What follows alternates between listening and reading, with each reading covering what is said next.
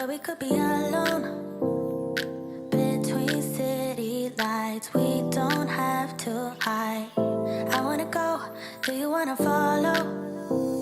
There's something in the air, I can't explain it, but it's there. Ain't nobody gonna find us in our secret love affair. I don't wanna have to hide no more, it shouldn't be unfair. I wanna go, and I wanna know, do you wanna follow? Baby, do you wanna follow? Come with me, do you wanna follow? Baby, can't you see that? I wanna go, and I wanna know, do you wanna follow? Baby, do you wanna follow? Come with me, do you wanna follow? Baby, can't you see that?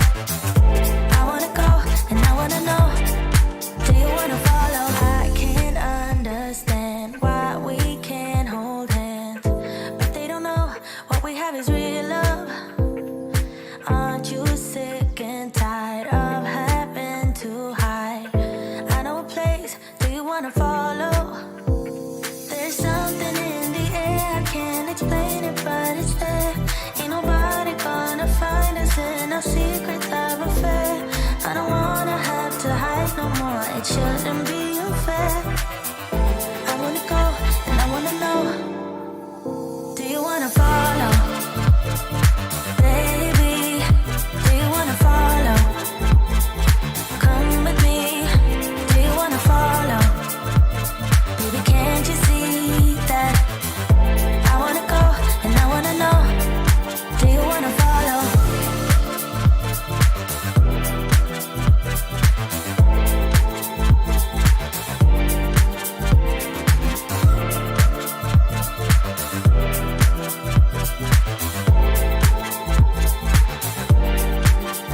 Do you wanna follow? Baby, do you wanna follow? Come with me, do you wanna follow? Baby, can't you see that? I wanna go, and I wanna know, do you wanna follow?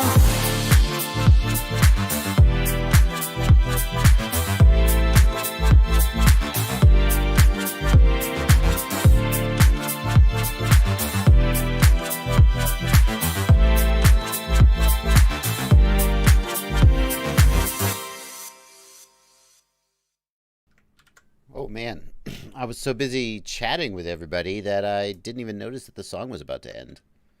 Whoa, the beginning of the show has completely taken me by surprise. Well, hello everybody. Hello everybody. Yeah, I was just like, let's just say hello to everybody in the chat. People dig it when you shout them out. Hello everybody in the chat, and wherever you're from. If I didn't get to your particular hometown, you know how it is. Hello, Robert Rempel, Conrad S., Finley Stannard. Finley Stannard wants to know if I could go over the OSD settings that I run. Heck yeah. In fact, you can find I actually run pretty much the same stuff. Here you go. Oh, yeah, here you go. Does that help? That probably doesn't help very much, Finley. What I do is I just keep this text file, which has all my common setup things. Like here are my aux modes, the way I set my aux modes up on every quad. And then you can just like pick and choose and paste this stuff into the CLI. And the OSD is very useful for that because setting the OSD up by hand is, it's just a kind of a tedious pain in the ass. So what I guess I could do is this. fcconfig saves, my universal setup, and we will share. And, oh, you can't edit it. No editing. No editing. I'll just paste this link right here in the chat. You can download that file, and that has my OSD config. My OSD is probably a little busier than a lot of people would like. Audio's low, is that true? Interesting. I don't think the audio is any different than usual. I will turn it up to little. Yeah? Alright, I'll turn the audio up a little. No, other people saying it too. Okay, well, my bad. Hang on. Alex, they're saying the audio's low. Alex is my producer. Alex, they're saying the audio's low. What's going on? Well, I don't care if the mic is set the same as it always is. They're saying the audio's low, Alex. We just turn it up. Just turn it up a little bit. Do you turn it up all the way? I don't know. You guys, Alex is going to turn it up all the way. Now it's all the way up. I hope it's not too loud. Anyway. So, yeah, some people would say that my OSD is a little too busy. I prefer to have a lot of information for like in the DVR. So that if I'm reviewing footage later, I can see stuff. I don't actually really see I'm not using all that information while I'm flying. But, yeah. Let's split the difference. There we go. But anyway, it's up to you. It's up to you. You can set it up however you like.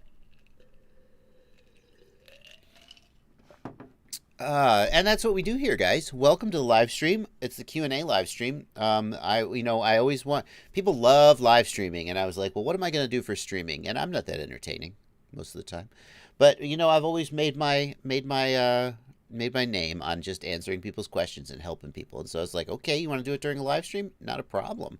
Good morning, David Skadoosh. I don't know what time it is in China, but David's in China.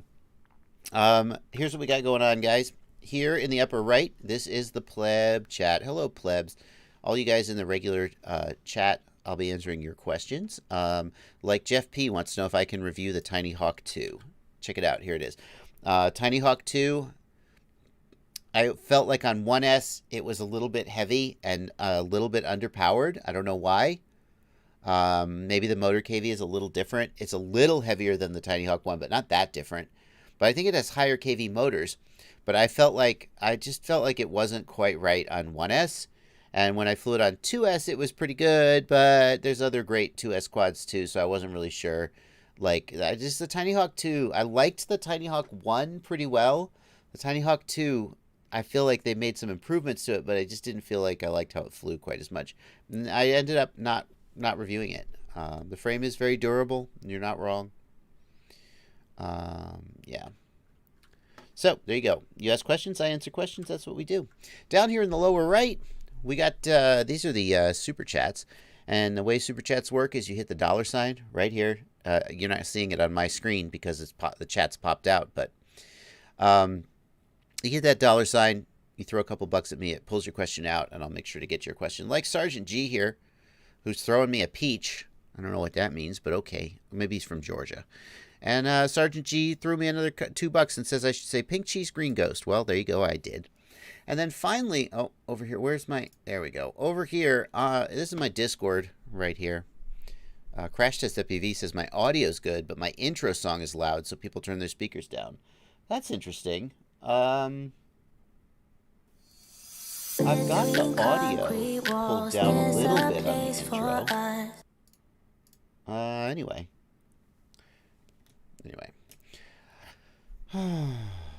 Ghost Branch says, are you aware that since that one Rotor Ride episode at Drew's house, every time you complain to Alex, we'll imagine Vanover adjusting stuff in the background? Yeah, that's my goal.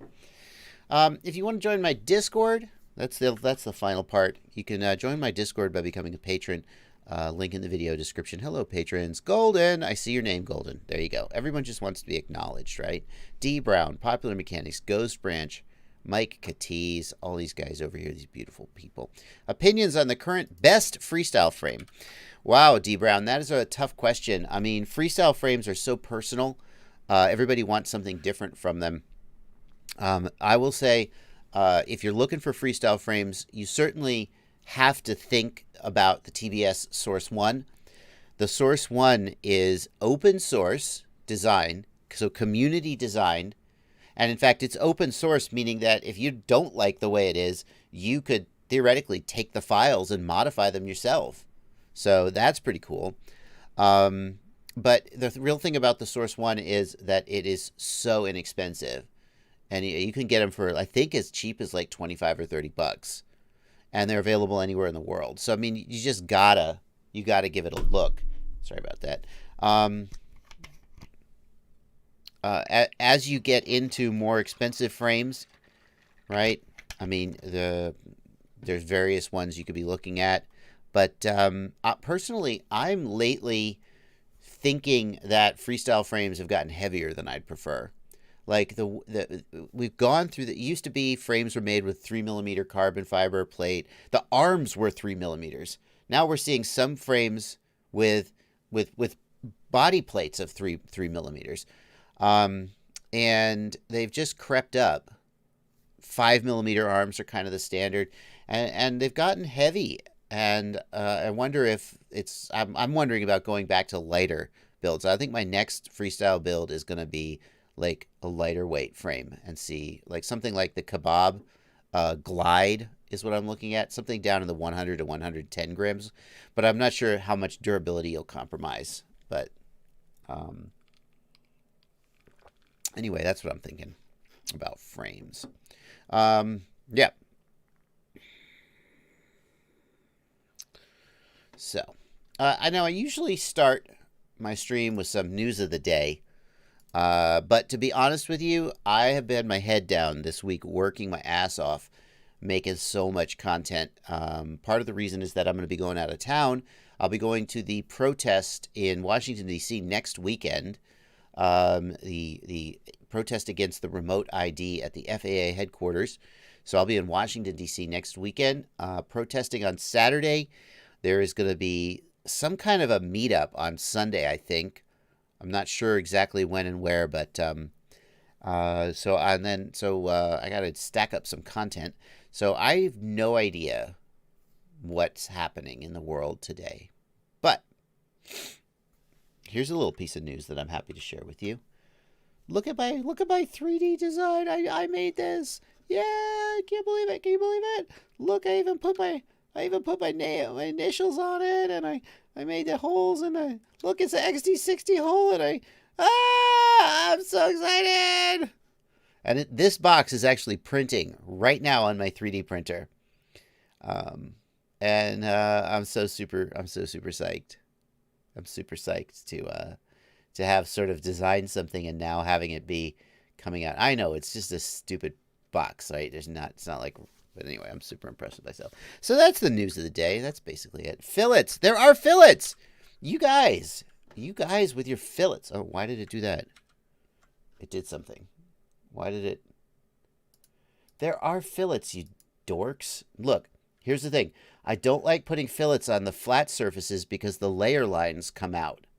So there's no fillet on this edge because you can fillet on the X and the Y axis, but it's hard to fillet on the Z axis. The layer lines come out and it looks like crap. Why did it do this? Stop. Come back. Look up. Now it's hollow. I don't know why that happened. Okay. Now it's all screwed up. Yeah, no, there are fillets. Look right here. See that fillet right there? There's a fillet. You see it? Let's zoom in on it. There it is. What is that? That's a fillet. It's a radius. I radiused the X and Y axis, but I didn't radius the Z axis because the layer lines look like crap. That's my opinion. Use thinner layers. Yeah. You guys and your fillets. Maybe I don't want fillets. So, okay.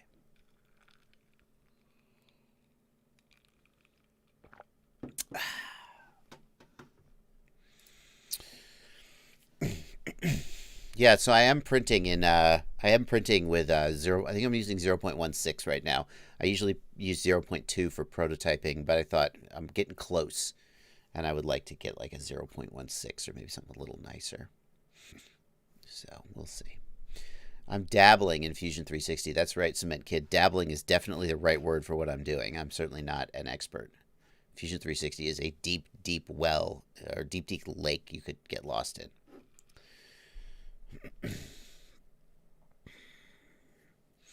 Mike McWhinney wants to know how best to troubleshoot when 3 motors are creating video noise but 1 is not. That's a fascinating question, Mike McWhinney. So the first thing I wonder is how you determined that 3 motors are creating video noise.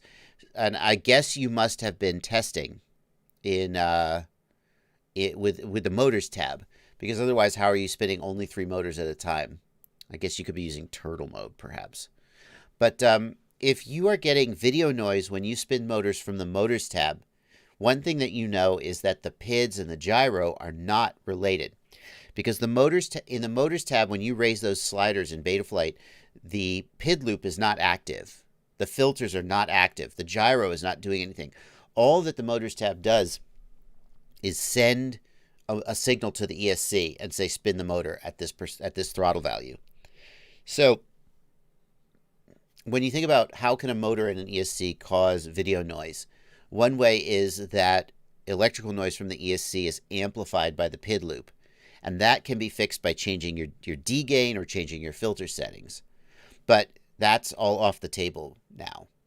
If you're getting video noise spinning from the Motors tab, there has to be something like between the ESC and the motor that's causing it. A common thing that would cause that would be if your motor screws are too long and they're touching the windings. Everybody say it with me. That's the first place I always go. That will create stray electrical current that can result in video noise. ESCs with capacitors knocked off. Now, you say 3 of them are doing it, but 1 is not. The chances that you've got 3 damaged ESCs is, I mean, depends on who you are, but the chances of having 3 damaged ESCs and not a 4th is probably pretty slim. But you should check that. But I guess the first thing I would always check is the motor screws. Are they too long? If you suspect the motor screws, you can just back all the screws out like 2 turns, and that will usually reveal. You could also test with a multimeter. There you go. Cement Kid, I don't know where I would put a CNC machine. Cement Kid says next investment has to be a CNC machine. I understand that 3D printing is kind of just CNC. It's kind of the same thing. Just one is printing and one is removing material. But I don't know about that. I don't know where I would put a CNC machine.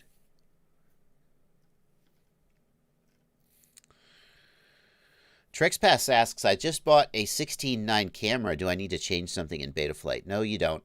Betaflight doesndoesn't care if it's. The thing is, the signal always comes in as an NTSC signal, and the NTSC signal doesn't really. It encodes lines, horizontal lines of information, but it doesn't really care about the width.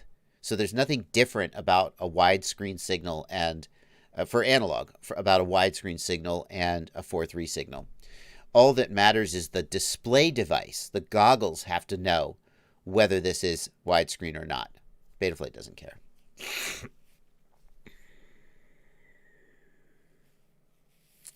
Phantom FPV is in the chat there. You see, he always comes out. We talked at the end of the last stream with Phantom about whether you could run, I forget the numbers, but it was like 8S voltage, 2700 kV. And I was like, I think that would exceed the speed of sound, and like you would create a portal to the past. You know, you'd kill your father and cease to exist. And he was like, well, after the live stream, he was like, well, I was like, go for it, send it. And after he got a hold of me and was like, well, I did it. I was like, what happened? He was like, it was pretty awesome. So, okay. 8S, 2800 kV, that's pretty epic. He has video. I want to see that video, dude. If you share the video, if you share the video, I'll put it on the stream, but that's totally up to you. How can I reprogram ESCs without soldering? Asks Sanjita Sanjeev. If it's BLHeli ESCs, then the flight controller should have pass-through. If you don't have pass-through, you're kind of out of luck. So you want pass-through. BLHeli pass-through lets you program the ESCs just by plugging into the flight controller. And that's so useful that that's just all you want. You don't want to use ESCs that don't have that feature.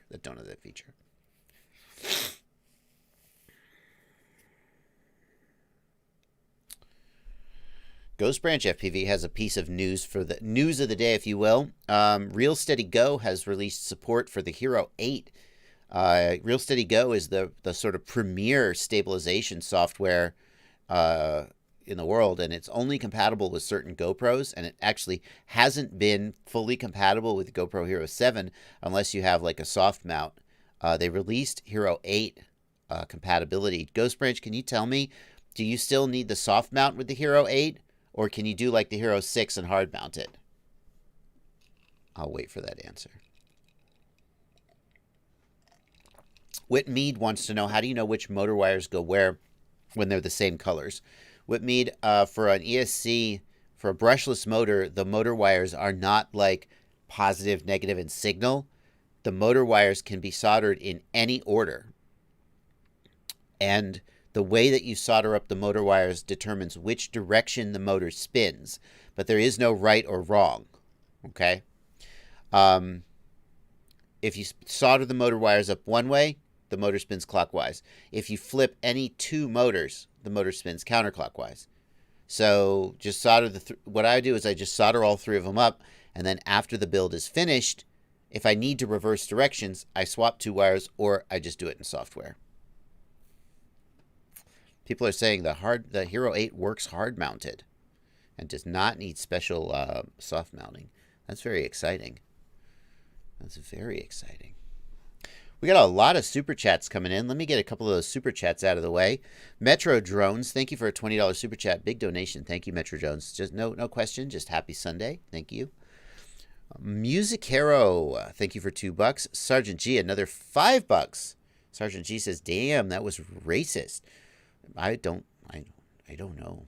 Jay says, "Just kidding." Still my favorite channel. I don't know what I said that was racist, but I apologize to whoever I offended if I said it. It was Australians, wasn't it? Sergeant G, another $2, says, "My Mobula 6 worked great on 4S. Can you confirm?" No, you're dumb. You're being dumb. It would just blow up on 4S. Give me a break. Thank you for your donation, Sergeant G. Dexter Johnson, thanks for $5. I will be at the protest as well. Are you guys going to be holding signs?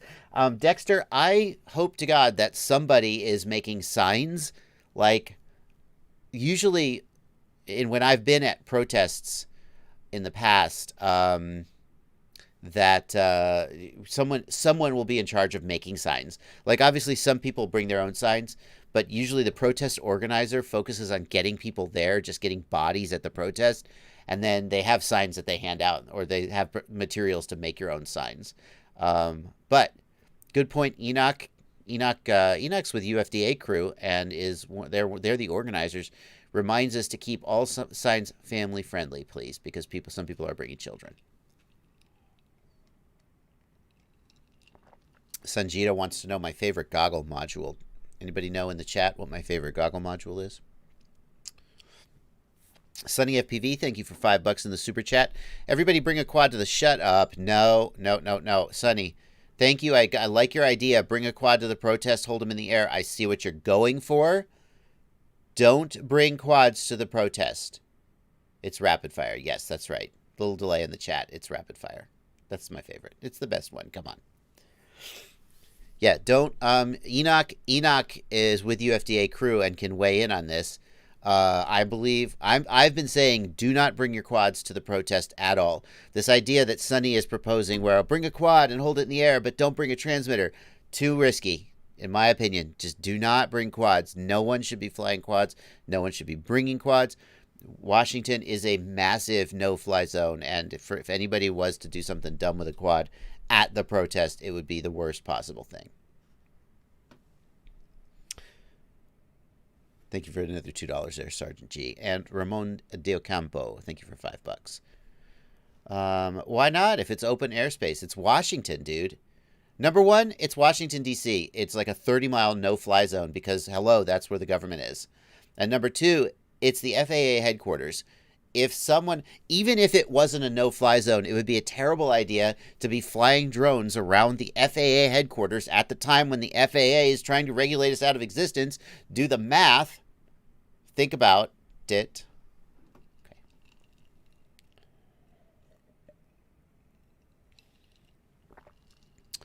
Anyway. Yeah.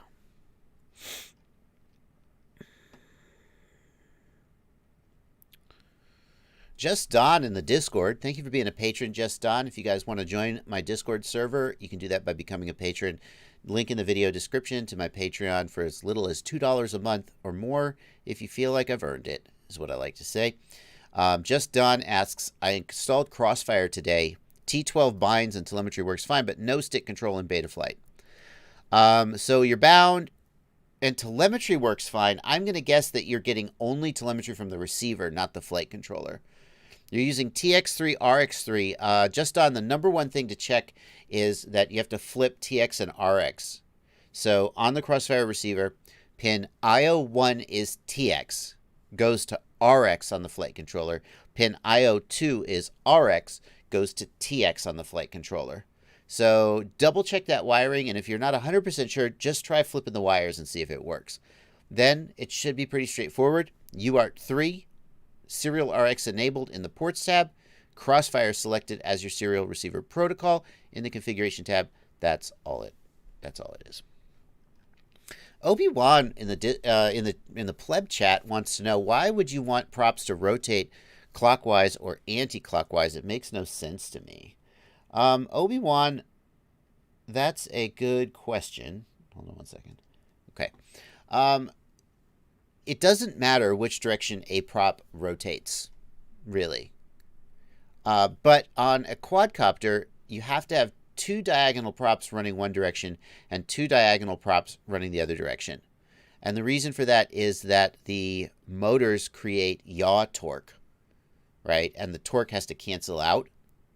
So I've gone maybe more basic than you were really asking. The other question is, which is better, to have your props rotating inward or have your props rotating outward? Because you can see that for the given constraint, there's two ways to do it. You can have your props rotating in or out. A lot of people prefer to have the props rotating outward, because when the props rotate outward, as the quad hits an obstacle, the props will tend to push away and bounce off, versus with the standard inward rotation, it tends to kind of pull in and you're more likely to crash. The disadvantage of props outward is that it throws dirt into your stack and your USB port can get all gummed up. So neither is definitively better, but people do have strong opinions. The default is props in on Betaflight at least. Furkin 10KY wants to know Mobula 7 or trash can. Furkin, I think back when I reviewed the Mobula 7 and the trash can, and by the way, if you have to ask that question, I do have a review video where I test the Mobula 7 and the trash can directly against each other. Search my channel. I think I remember liking the trash can better. Part of the reason was that the trash can has a much better camera. Jackson Bamsey wants to know, what filament do I use? Well, for TPU, everybody I talk to tells me SaneSmart is the best TPU.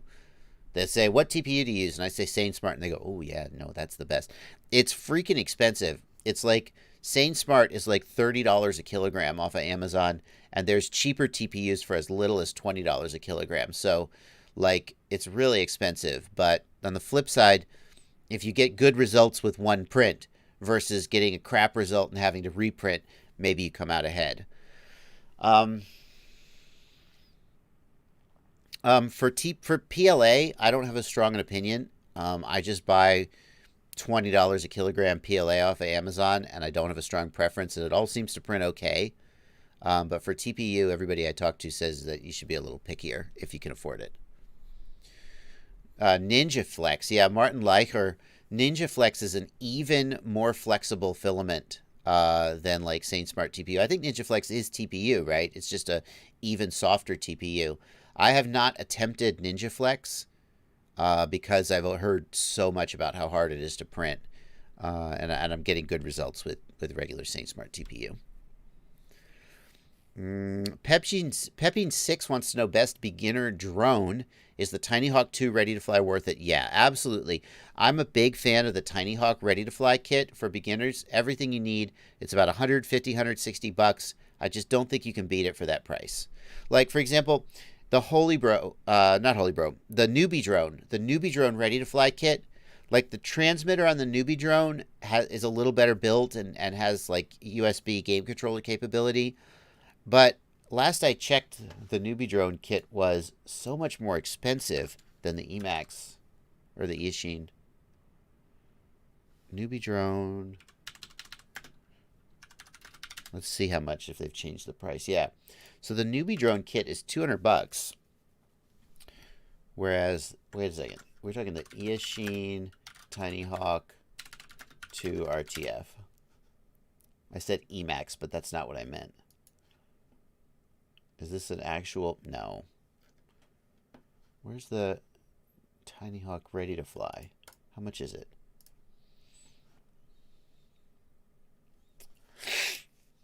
Where's the ready to fly? Let's search.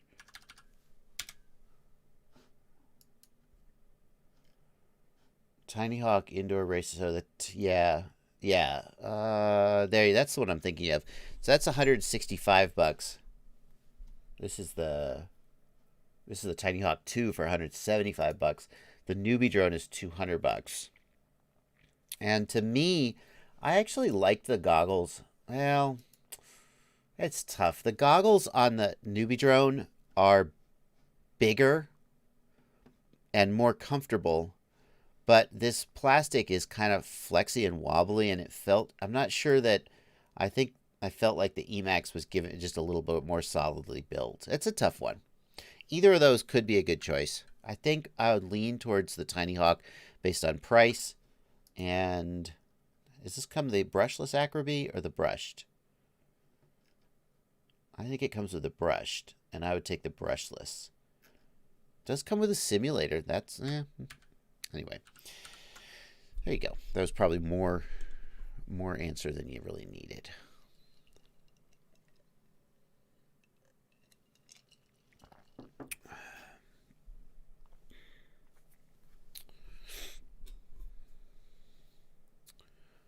Let's see here. Copter Flights wants to know, why do I only get RSSI and RxBT with telemetry?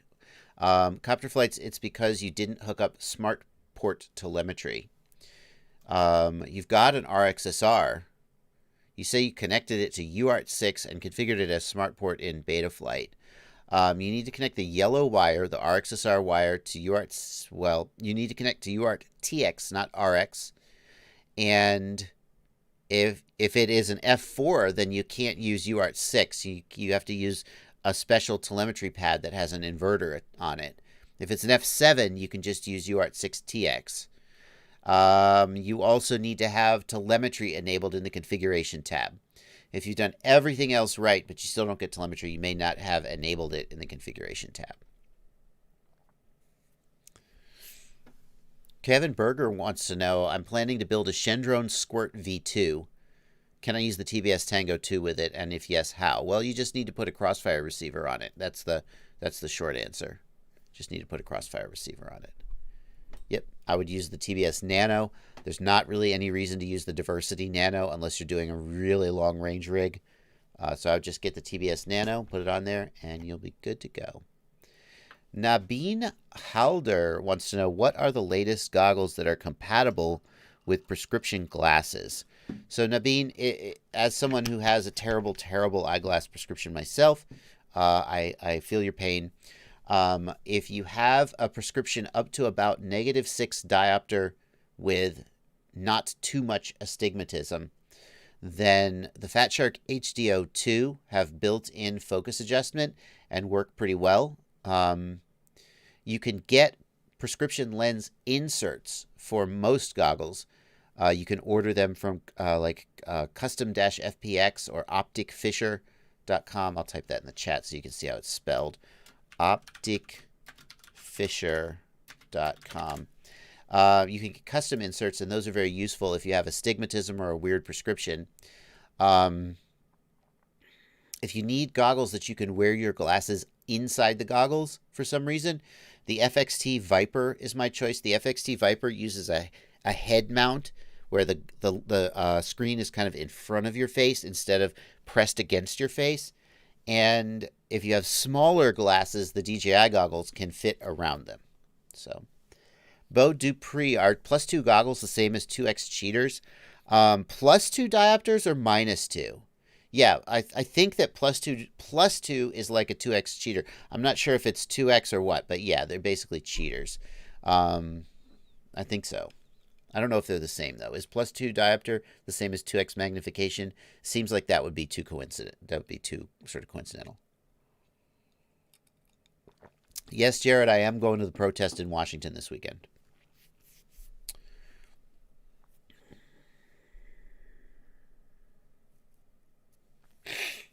Jonathan Priest is asking about Crossfire RSSI percent.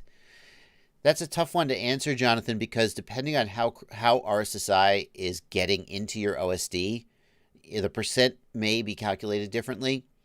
If you're talking purely about RSSI, then I think typically around 40% is where failsafes start. That's at least what it is for FreeSky. I'm not actually sure if Crossfire is the same. So maybe take that back. But the thing is, you should, with Crossfire, you really want to pay the most attention to LQ, not RSSI, because RSSI can vary, but as long as your LQ is above 80, you're probably all right. Everybody's wondering what I'm drinking in the chat. It's just iced tea, guys. It's just iced tea today. Lati and Friends wants to know why I can't see my battery voltage on my DJI goggles. You need to get the MSP connection working. That's the white and the gray wire from the air unit. They need to go to a TX and RX pad on an unused UART on your flight controller. Then in the ports tab in Betaflight, enable the MSP protocol on that UART. Yeah. Not so great 123 wants to know if my flight controller can output PWM for ESCs. All Betaflight flight controllers can still output PWM as far as I know, but don't do it. Because here's the thing, if you're using PWM to an ESC, every multi-rotor is going to fly like crap today. You really want a modern ESC protocol. I say every multi-rotor is going to fly like crap. Somewhere out there, there's someone flying a multi-rotor on PWM, and they're like, no. The thing is, the PWM signal is so unresponsive. It's late. It's a delay. It's update. Its refresh rate is so slow that modern flight controllers just cannot deal with it, and it's going to fly like crap. In fact, older flight controllers will fly better on PWM because they were designed to work with PWM. Modern flight controllers expect a modern protocol like D-Shot or multi-shot or one-shot. So yes, you can output PWM, but no, you shouldn't. And if you have an ESC that only supports PWM input, I really recommend you just use it on an airplane or something. Don't use it on a multi-rotor.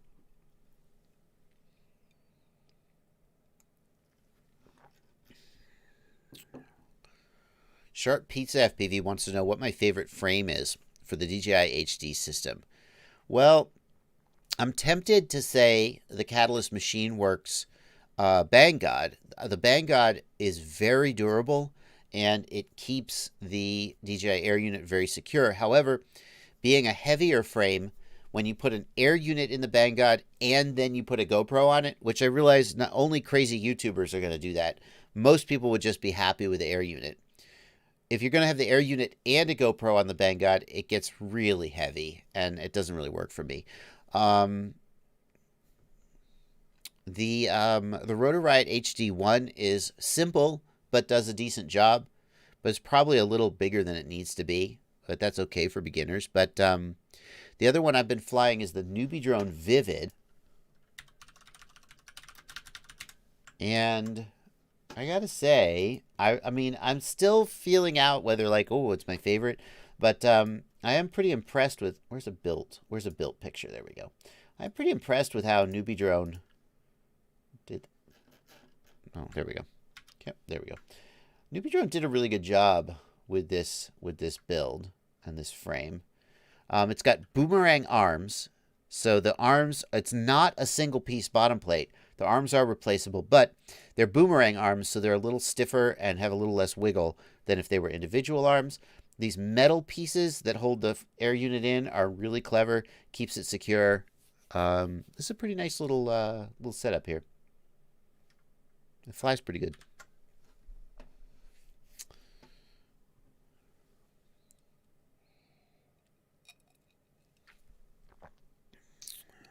Let's see here. Can you link the air unit to any kind of ground station? Asks Olgos.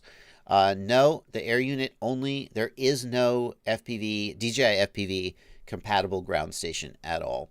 DJI has said that they're going to make it possible to receive the signal using the DJI Smart Controller, but that thing is like $700, and it would be silly to buy it just to have a ground station. So the answer is no, there really isn't anything.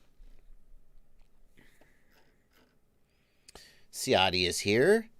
That is the Newbie Drone Vivid Ciati, the Vivid frame from Newbie Drone.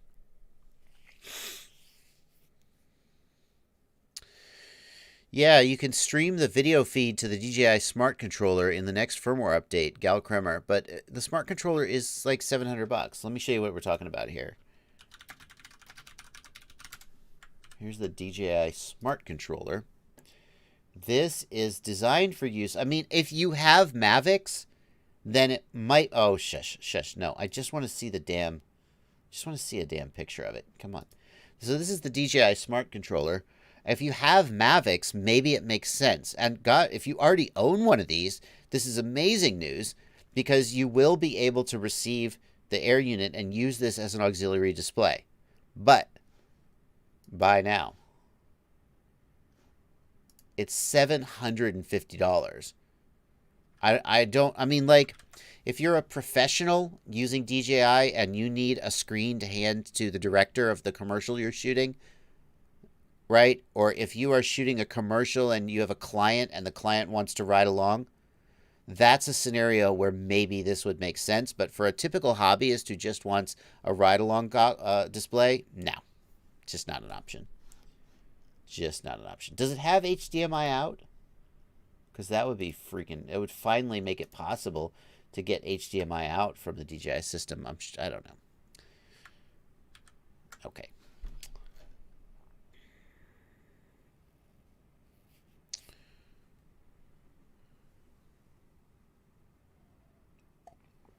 Yeah, Gal Kremer, I also doubt that it will take the place of the DJI controller. I doubt that. Yeah, I don't know if you'll get HDMI out, 507RC. They have really been cagey about HDMI out. They have a box that can do it. Yoshi says it does have HDMI out. That's very interesting. Tim Hills asks, what happened to F-Port? F-Port's still around, man. F-Port's still around. Snapshot Hotshot says Orca will receive HDMI signal from the DJI controller. The DJI Smart Controller? Okay, so wait. So let me get this straight. If I want to, I can spend $750 on the DJI Smart Controller. I can spend $650 for Orcas. And then I can receive this signal in audience mode only, so there's increased latency and reduced range. So I probably also... No. Doesn't make any sense.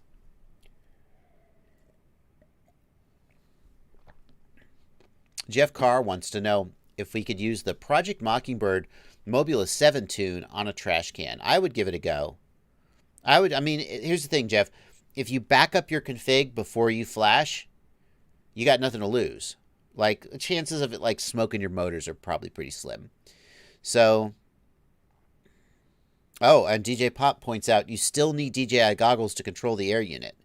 Right, so $650 for Orca, $750 for the DJI controller, and another $550 for the DJI goggles, which you're then going to not use. You're going to put the Orcas on your face, and no, this is silly. I don't know who this is marketed towards. The only person that this makes sense for is a professional who's flying DJI and can afford to justify $750 to have a monitor to hand to a client or a director of photography or something like this. It makes no sense for the average hobbyist.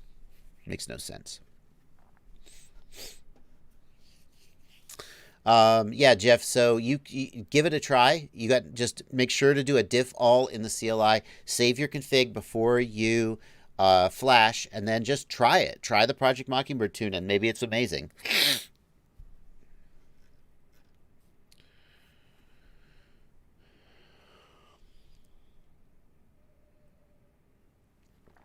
Blitz FPV wants to know if I had edge blurring on the Sky 030, the SkyZone Sky 030.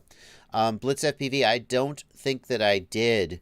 The Sky 030 has a little bit smaller screen, and I think the optics were clear.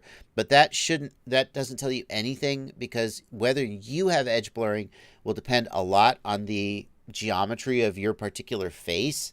So there's some goggles that do have more problems with edge blurring than others, but there's no way for you to know for sure whether that you're going to have edge blurring with the Sky 030 without actually sticking them on your face.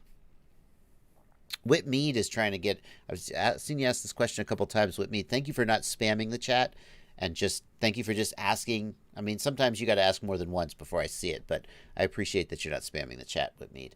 Is 850 milliamp hours too much for the Diatone GT 249? Since it's capable of 3S and 4S, should I use a smaller milliamp hour since it's capable of both? I think you're mixing, apples and oranges here. Milliamp hours is the capacity of the battery. 3S and 4S is the voltage of the battery. In general, you can use as big of a battery as you want. The problem is that as the battery gets bigger, the quad gets heavier and it flies worse. Eventually, the battery's so big that it won't take off. Okay? So, what battery size does Diatone recommend for the GT 249? I had one, but I don't remember I think it was smaller than 850. But let's look. So, look up the GT. That's the 349. 239. Did you mean the 239? 249, 2.5 inch. Here it is. Do they...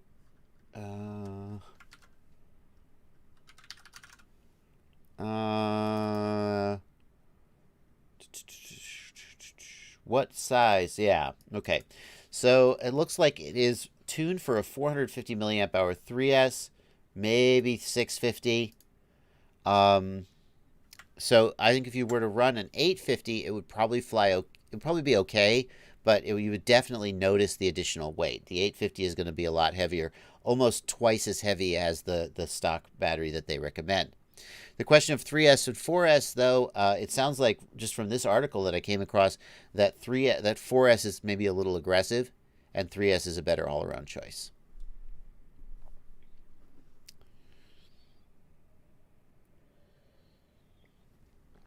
Darmanskirata wants to know, I can't get my Omnibus flight controller to read anything except 30 amps. Your Omnibus flight controller on the Wizard X220 may not support current sensing. You may not be able to get a current sense from that. I'm not 100% sure, but unless it's an Omnibus Pro, it doesn't support current sensing. And I think the one that's on there is a standard Omnibus.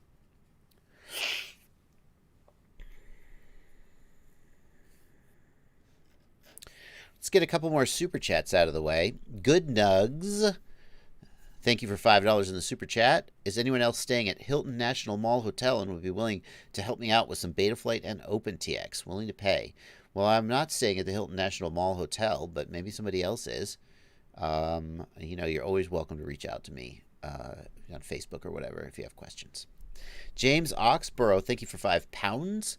Big thanks to you and HeroCycle for the telemetry support on Discord this week. Damn it, inversion. Roll on, JBF7. Man, I can't wait.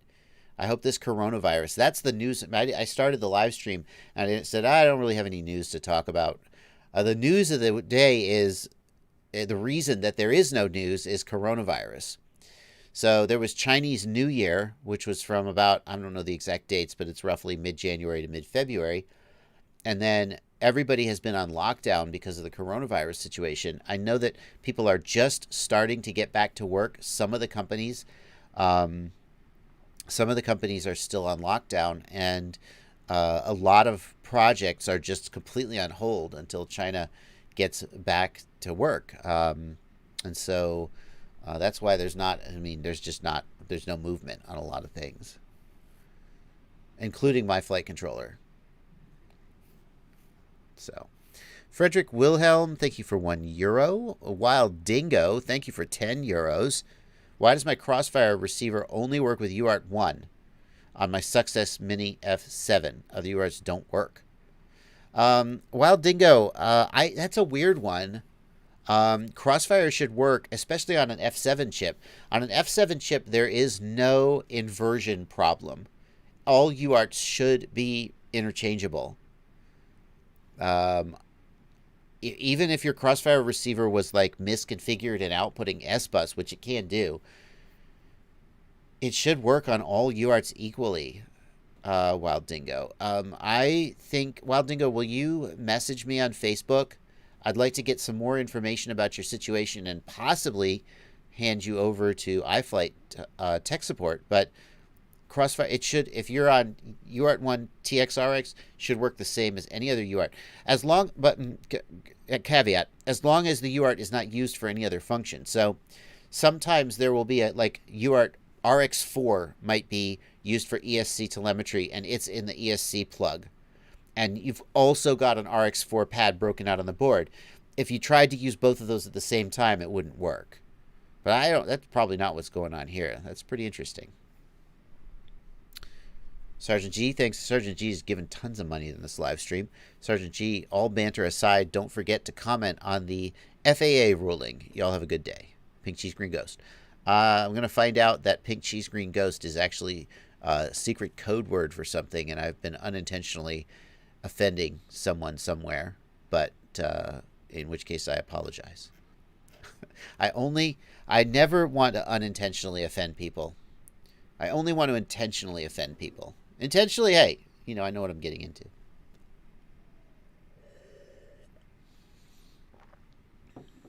Nathan Kaiser wants to know, is $339 for the Jumper T16 Pro and the Aris Dazzle 5-inch quad ready to fly worth the money?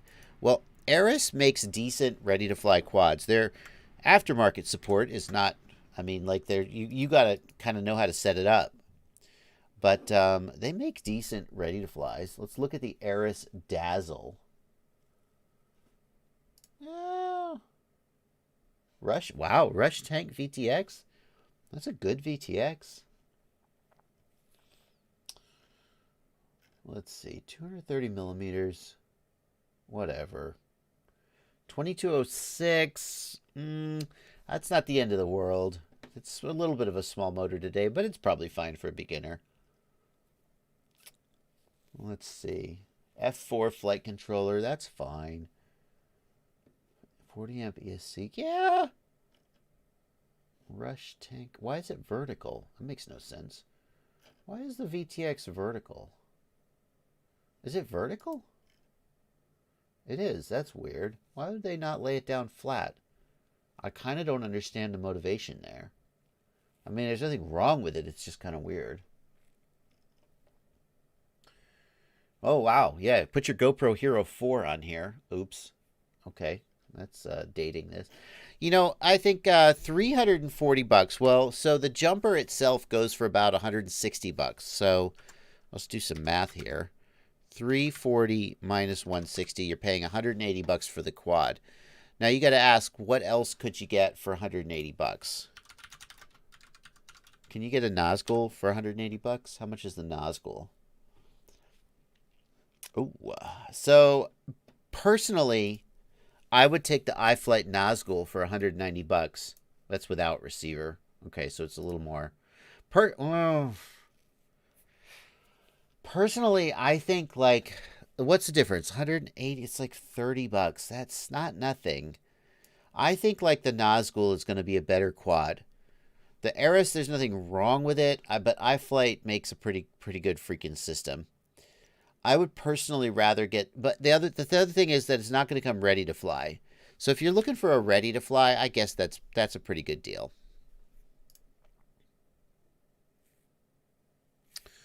Yep, I knew it. I knew it. Oh, Sergeant G. Oh.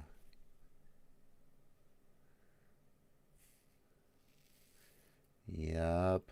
Thanks, Sergeant G. I knew somebody was going to. Urban Dictionary, always to the rescue. Say it in Spanish. Say it in Spanish?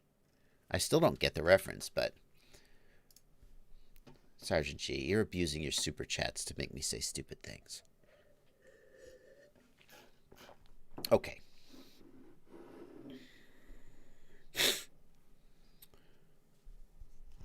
Byte Flight bought my stack a few days ago, but the current sensing doesn't work with ESC telemetry. That's probably a setup issue, Byte Flight. Just message me on Facebook, and I'll give you the steps to probably get it working. Loke Sogiakas. Stop spamming the chat, Loki. I got you. I want to change the music of my ESCs, but when I connect BL Heli Suite, it says no valid configuration. The answer to that is that your ESC is a BL Heli S ESC, and it can't be configured with BL Heli Suite 32. Unfortunately, BL Heli S does not support the ability. Doesn't let you change the user music. You're out of luck here. Sorry, man. Shep Herder wants to know how to stream Velocidrone via HDMI to a Fat Shark Attitude V5. HDMI to RCA. You need an HDMI to RCA little adapter box. It will work. What some people do is they take a spare video transmitter, and they'll take an HDMI to RCA box and a video transmitter with just like a 2-cell LiPo or something, and then they'll just use they won't even plug anything into the goggles, you see. Don't use the AV input on the goggles. You could just rebroadcast the signal. It does add latency, though, and I'm not sure that is worth it.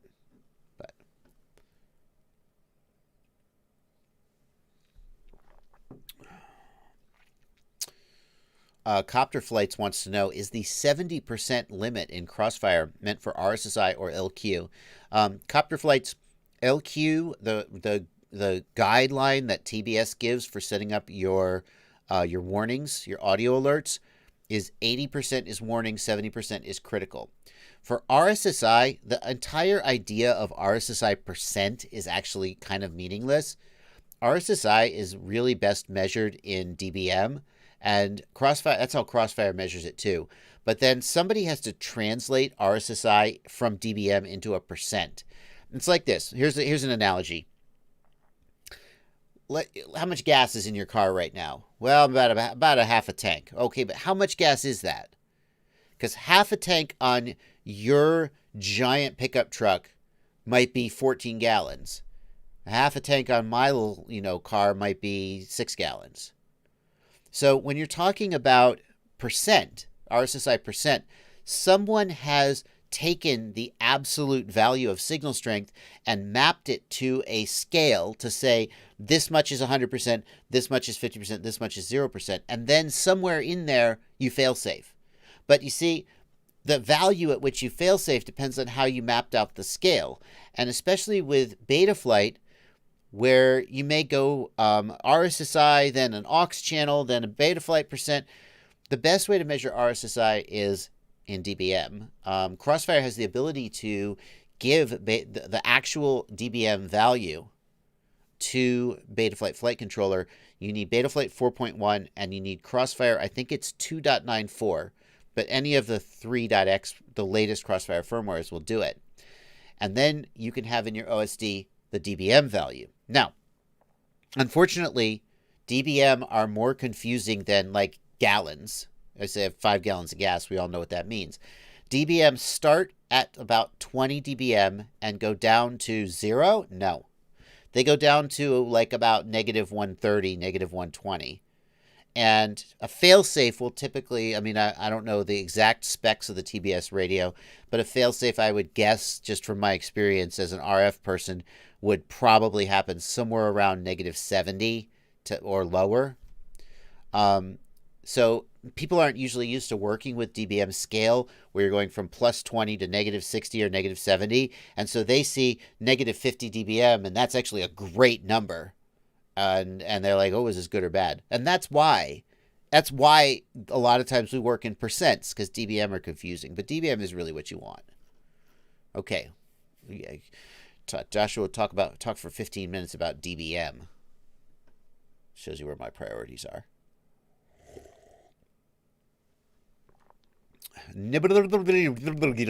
Asks, do you think they'll ever come out with a Tango 2 that has the full Crossfire option? If not, what's the best radio to use full Crossfire with? That's a tough one. I couldn't say what they will do in the future. On the one hand, like look at, so I always say, if you want to know what a company will do, look what they have done in the past. Did TBS ever update the Tango 1 at all? I confess I didn't pay a lot of close attention to the Tango 1, but I don't think they did. If you look at what they do with their video transmitters, that's a little different. The engineering that goes into like a transmitter, there's a lot more R&D that goes into the Tango 2 than like a Unify would be, just because of the ergonomics and stuff. They do update and release new versions of the video transmitters, but Crossfire hasn't had a major update. The last major update to Crossfire hardware update was, I think, the Diversity Nano. So my gut feeling is that they won't rush to release a full 2-watt version of the Tango 2. I don't see any reason that they couldn't shoehorn it in there, other than regulatory reasons. There may be compliance issues with the 2-watt transmitter that they don't have with the 250 milliwatt. So then, what is the best transmitter to use with Crossfire? If you have money, Futaba, I don't remember exactly which Futaba model, but it's like the $600 or $800 radio. I think Alex Vanover, I believe, he uses Futaba, and he told me that Futaba supports Crossfire. He actually doesn't use Crossfire. He flies just Futaba receivers and says they're fine. But Futaba can support it, and Spectrum, the DX9 or higher, can support Crossfire. Now, if you don't have a ton of money, I personally think the Jumper T16 is one of the best because it supports it out of the box. DJ Pop is saying you need the Futaba TS18 to support Crossfire. Thank you, DJ Pop. Sunny FPV wants to know, are there any small programmable LED circuits like to put red and blue pulses on the Emax interceptor? Yeah, Sunny FPV, you want to get a WS2841 programmable LED. Just search for like Betaflight programmable LED. There's all kinds of programmable strips you can get. It's kind of like there's too many of them to even like pick one.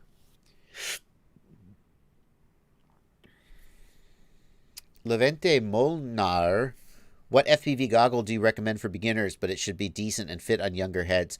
Levente, I would suggest the Emax goggle. Also, the Eachine EV800D. Both of those are okay quality, but if you're buying them for kids, maybe you need to buy more than one, or maybe the kids are going to break them. You probably don't want to put a $500 goggle on an 8-year-old. So I would definitely be getting box goggles, because kids are going to have smaller heads and their eyes are going to be closer together. They may not fit the IPD of like a Fat Shark style goggle. Lahin Ahmedov, thank you for $5 in the super chat. Thank you for the throttle limit video, JB. I fly better now. Oh, awesome. Thank you. That's it. No more super chats. Sly Old Fox is trying to get me to answer a question, but the problem is I see Sly Old Fox saying, please answer my question, but I don't see your question. Guys, if you want to get me to answer a question. Oh, Sly Old Fox, sorry. Please answer Josiah. Okay. Josiah is asking, it looks like the pre-built drones are cheaper or the same price as building your own. Am I wrong about that? Pre-built drones, well, so that's a tough one. Depending on where you buy, they may be cheaper or they may be more expensive. So, for example, if we go to store.rotoriot.com, hang on. Somebody out there is like, oh no, he's about to plug Rotoriot. No, not exactly, but watch. If we go to store.rotoriot.com and we pick built FPV drones, this is one that has gotten some people really annoyed. The Rotoriot DJI Cinewhoop, $561. Now it's a DJI unit, so I just off the seat of my pants would guess that there's probably about $400 worth of parts in here. I don't know. I haven't done the math, so don't take that as gospel. And some people look at that price and go, oh my God, what's so much markup? But, somebody has to build it, right? And if you're going to have them built in a factory in China where labor is cheaper, then you're going to have less markup. These are built by a guy in Orlando. I'm not going to say who it is because there's more than one, but literally just some dude in Orlando who's making whatever American wages builds these. And so that, anyway. So there are, sometimes a pre-build will be more expensive. I'll pick another one. Catalyst Machine Works. If you look at their bind and flies, they are going to be more expensive than buying the parts and building it yourself. Because this is a premium product. This is not just something that got slapped together and shoved out the line hundreds at a time. Literally just some guy sat down and built it for you. On the other hand, if we look at something like the iFlight Nazgul, this is tougher. Now, I haven't sat down to add up the parts cost of the Nazgul, but probably the parts cost of the Nazgul is pretty close to the built cost. They're building it for you for free. And the reason for that is that all of these parts they make, okay? So if you buy this from them, they get the same margin as if you bought the parts yourself. There's basically the same markup either way. And they have to cover their own labor, but there's enough margin built into the parts to kind of cover their labor. And so, in a sense, they're kind of giving you the labor, not entirely for free, but mostly for free. So sometimes, yeah, depending on the parts you can get a bind and fly for almost the same cost as if you built it yourself. But sometimes it's more, depending on who's building it for you.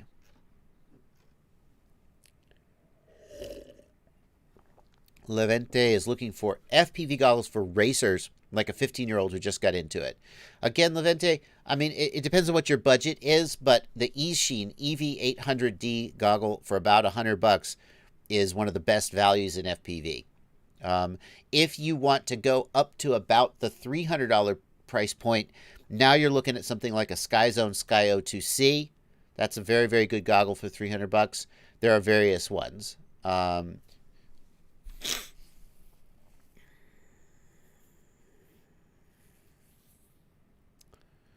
Skavdal FPV says, I'm looking for a 3D printer, looking at the Ender 3 Pro. Going to use it for GoPro mounts and small stuff for my drone. Skavdal, the Ender, here's what I say. As an expert on 3D printers and 3D printing, but I'm also just a dude with an opinion, and here's my opinion. I was being sarcastic there, by the way, in case you couldn't tell. I've been 3D printing since about October, November of last year. So, I've been doing it a little while, but obviously there's tons of people out there who have been doing it for years and years and are true experts, and I'm not one of them. Okay, disclaimer. The Ender 3, I think if you can get the Ender 3 Pro for about $220, which you usually can if you look around, I think that's a really good deal. It's going to print okay out of the box as long as you, when I got my Ender 3 Pro, the bed was a little wobbly and there's an elliptical nut on the underside. One of the rollers has an elliptical nut, and you just turn that elliptical nut and it tightens it up. I wouldn't have known to do that except that somebody was with me who's built a bunch of printers, and I was like, wow, the bed's a little wobbly. And he's like, no, here's how you fix that. I was like, oh, okay. Now I know, and now you know too. That's how we do it. If you get the Ender 3 Pro, it's going to be okay out of the box. It's going to print okay. If you print slow enough, you can print just about anything. However, the great thing about the Ender 3 Pro is that if you can get it for about $220, you have a ton of budget to do upgrades on it. And if you look at the other printer I've got, which is the Sovol SV01, the Sovol SV01 is essentially just an upgraded Ender 3 Pro. It costs about $300, but you can, so it's got a direct drive extruder, it's got a larger print bed, it's got some other things. You can buy an Ender 3 Pro and put your own upgrades onto it depending on your own needs. Maybe you don't want a direct drive extruder. So you could take that additional 80-ish bucks that you would have spent on the Sovol, and you could get, for example, a buddy of mine who has an Ender 3 Pro put a Hemera hot end on the Ender 3 Pro. What's a Hemera hot end? Well, it actually is direct drive. Now, you could get them either way. It's a really upgraded hot end that lets you print a lot faster and a lot higher quality. Well, for the same price as my Sovol, with its sort of clone clone extruder, which works okay. He's got a top-of-the-line extruder on his Ender, and maybe he's getting better results for the kind of prints he does. And to me, that's the power of the Ender, is you get into the Ender 3 Pro really cheap, and it's okay. And then you could spend that budget upgrading it whichever direction you think is best. I also like the Sofol very much, and I feel like it's a better printer out of the box, though.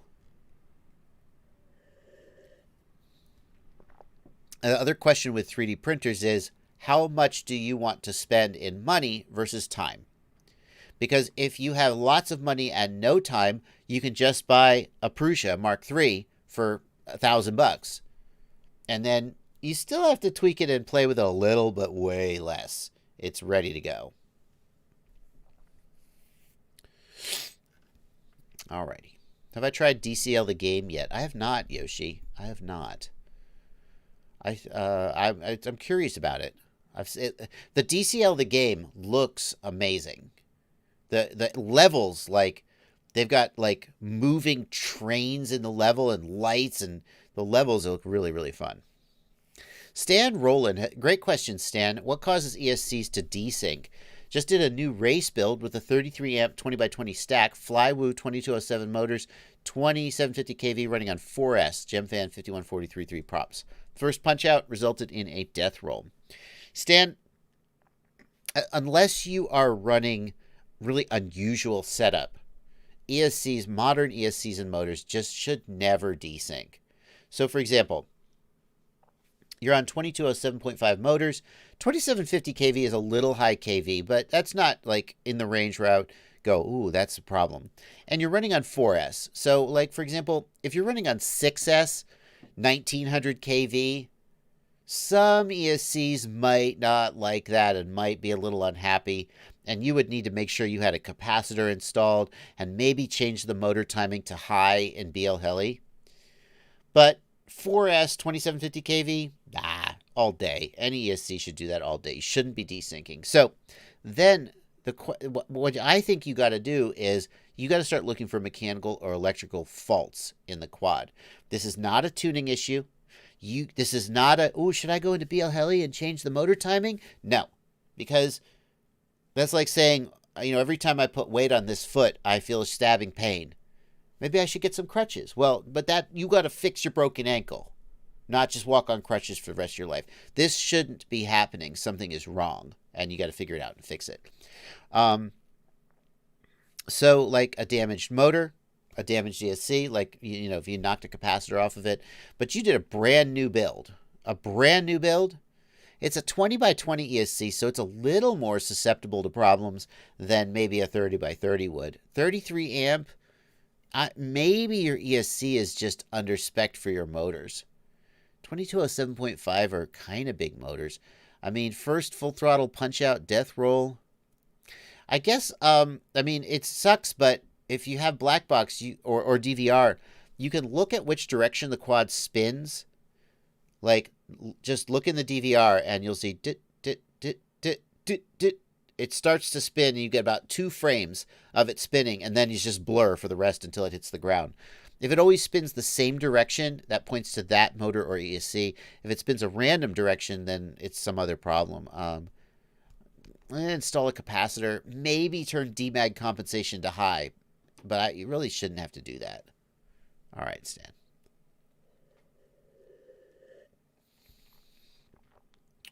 What about the Prusa Mini at $350?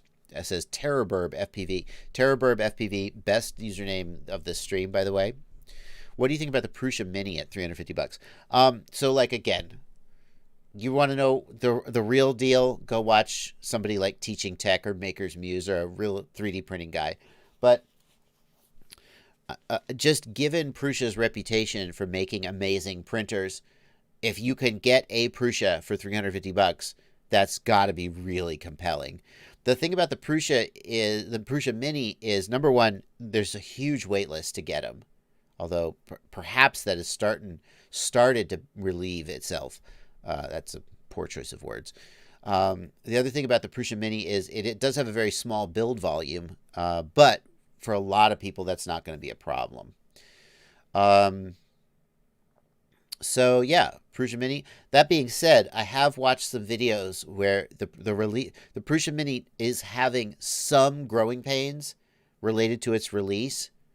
And as I watched some of the people who got the first one and started sort of really working with it, I thought to myself, maybe wait 3 or 4 months before I think about buying one. Why didn't I get the Ender 5? My goal was to shoot for about a $200 or $300 printer. The Ender 5 is out of that price range. I felt like for somebody getting their first printer, a $200 or $300 price range was a good place to be, and that's where I wanted to be. Tim Howitz wants to know, Attitude V5 or SkyZone Sky02C? I probably would go with the Sky02C. The Attitude V5 screens look better because they're OLED. The Attitude V5 can use rapid fire, but I'm going to guess that if you're in the price range of $300 for goggles, that you're probably going to hesitate to spend $150 on a rapid fire module. If you want to get rapid fire, then Attitude V5. But the thing about the Attitude V5 that bugs me the most is the screen is a 16:10 aspect ratio, and it cuts off the top and bottom of the image. It doesn't squish the image. I wish it did. So the fact that the Attitude cuts off the top and the bottom of the image, for me, I don't like it. You could just, I don't like it.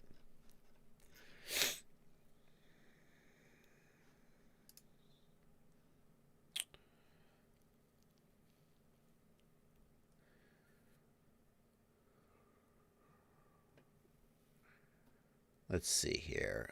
Ripper Fox. Yeah, Ripper Fox, I also was skeptical about the... Let's get a picture up.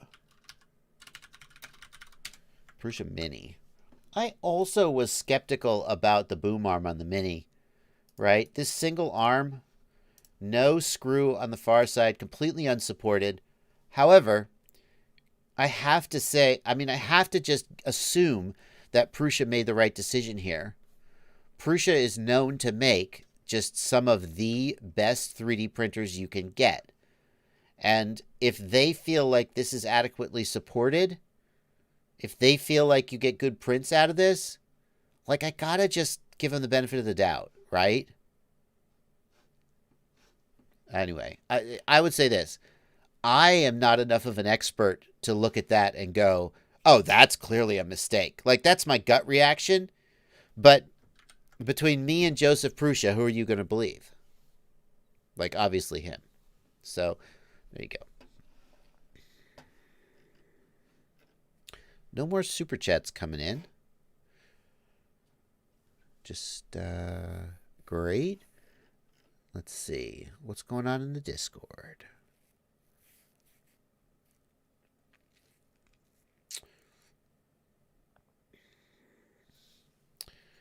Why would you... Iron Onion is talking about putting a mains-powered bed heater.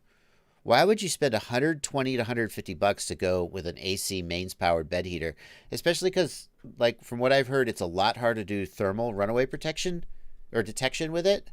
Like, I get that the bed will heat up a lot faster, but who cares? Well, I don't know why. I mean, it heats up pretty fast on 24 volts, and I'm not sure I would spend half the price of the printer just to get 120-volt mains. How big is the bed? Oh, I see. It's a 330 by 330 bed. Okay, that's a much bigger bed. I see. Iron Onion's talking about going with a 400-millimeter bed. Then you need a much, much more powerful bed heater. Okay, that makes sense. Now I'm caught up. He says on 12 volts it took 8 minutes to heat the bed.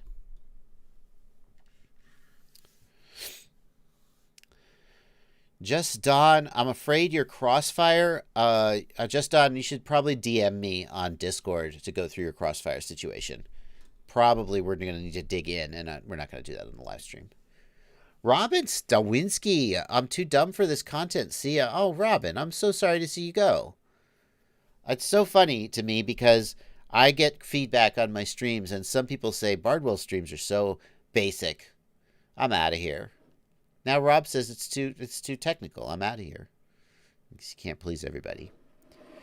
One of the biggest compliments that you could give me is to say, you used to be so smart, but you really dumbed down lately. Because what that actually means is that you got smarter. See, when you first get... this used to really bother me, and I used to go, have I changed my content? I mean, I'm sure my content has changed. Everything changes over time. Things are different. But what happens is people get into the hobby and they watch every single one of my videos, and they're like, wow, this guy knows this guy. Oh, how will I ever learn all this stuff? And as time goes on, you get smarter. And the things I say are less interesting because you already know a lot of them. I mean, hopefully not all of them. And eventually people get to the point where some people get to the point where you know just as much as I do about quads. And then you don't watch my channel anymore. And that's great. Think about this. If there's a person out there who just kept going to college and never graduated or got a degree, I'm not talking about you professional grad students who just keep getting multiple degrees. You guys are weirdos, but at least I understand what you're doing. If there's a person out there who just kept going to college and never got a degree, well, that's, what are you doing? And I'm happy when somebody gets to the point where they're like, yeah, I don't really watch Bardwell as much anymore. I'm actually happy. I mean, if you stop watching me because you're like, yeah, he's dumb, I don't like his face, but if you stop watching because you're like, yeah, I don't really learn as much, that's probably because you just got really smart and you graduated. And I'm happy about that. That's great. I will not put myself out of business, though, Puffy Pack FPV. As long as there's new people coming in, those are the people that I most want to serve. I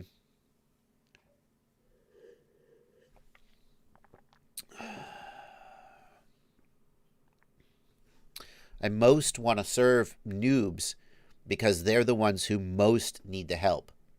That being said, it is very gratifying to have people reach out to me as an expert. Can I show you something? Hang on. I've got to be real careful to not show. Yeah. So let me zoom in here. Let me just get my screen set up so it's exactly how it needs to be. And so it's really gratifying when somebody reaches out to me. You know what? I'm going to screenshot this just to make sure I don't accidentally show somebody's email on stream. I'm going to screenshot it and show you guys the screenshot. Hold on one second. Because if I only ever help noobs, then experts wouldn't reach out to me. Like, for example, this happened the other day. This happened the other day. Hang on, how do I flatten this? Hang on, edit. Doesn't need to be flattened. Can I zoom in? Okay. Does anybody know who this is? So I don't know if you guys watch the Corridor Digital or Corridor Crew channel on YouTube. They're a visual effects house, and they also have a YouTube channel like Visual Effects Artists React, where they watch basically movies and they react to visual effects. Well, one of the guys from Corridor Digital, they also fly drones, fly FPV drones, and he reached out to me and said, "Hey, I'm Ren from Corridor Crew.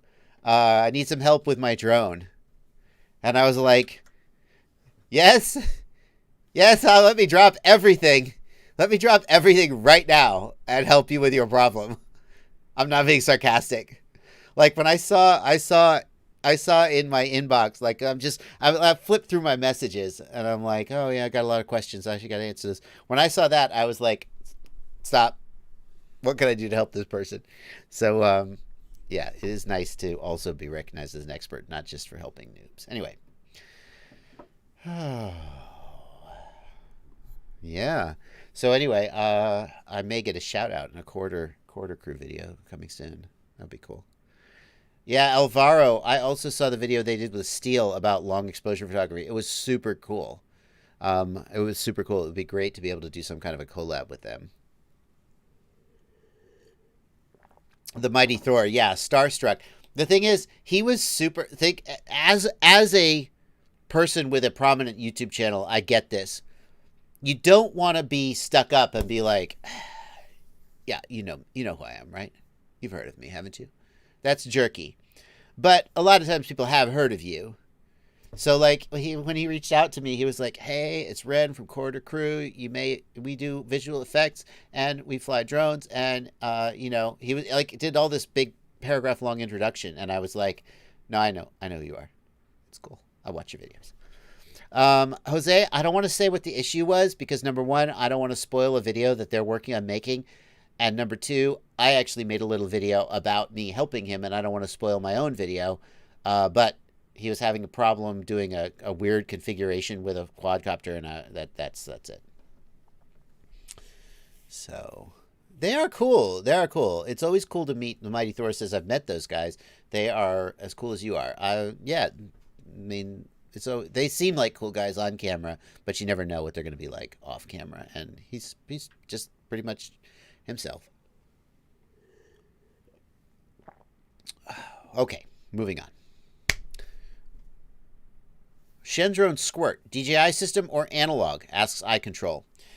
I hate questions like this because when I tell the truth, then people, freak out and say, Shell. And I shouldn't let it get to me, so I won't. I'm going to refer to Paul Nurkala. Paul Nurkala is one of the premier cinema pilots, working cinema pilots in the world. And he is not affiliated with Rotor Riot, so you can't accuse him of being a shill. He says that DJI has big advantages in terms of multipathing in indoor environments.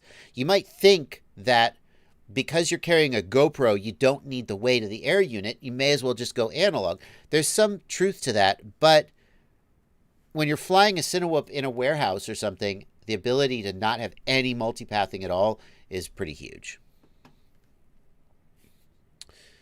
Grace, what's the smallest motor size you would go on a 6-inch 6S setup? I mean, back in the day, we would run 6-inch props on 2204 motors. That's probably too small.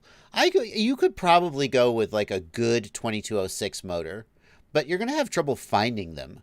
These days, 2306 is basically, if you're looking for like a 1750, a 1600, or a 1900 kV motor for 6-inch 6S, you're probably going to be 2306 is just going to be the smallest one that you'll have any selection on. So probably 2306, Grace. Yeah, the Mighty Thor adds, you need the clarity of the DJI system to get good shots. There's some argument there, the Mighty Thor. I mean, a good pilot can make do with an analog system, but definitely you'll be better at sort of framing and setting up the system, the shots with the clarity of the DJI system. And if you're in an environment where there's shit tons of Wi-Fi and multipathing, then the DJI system may make the difference between being able to fly and not being able to fly.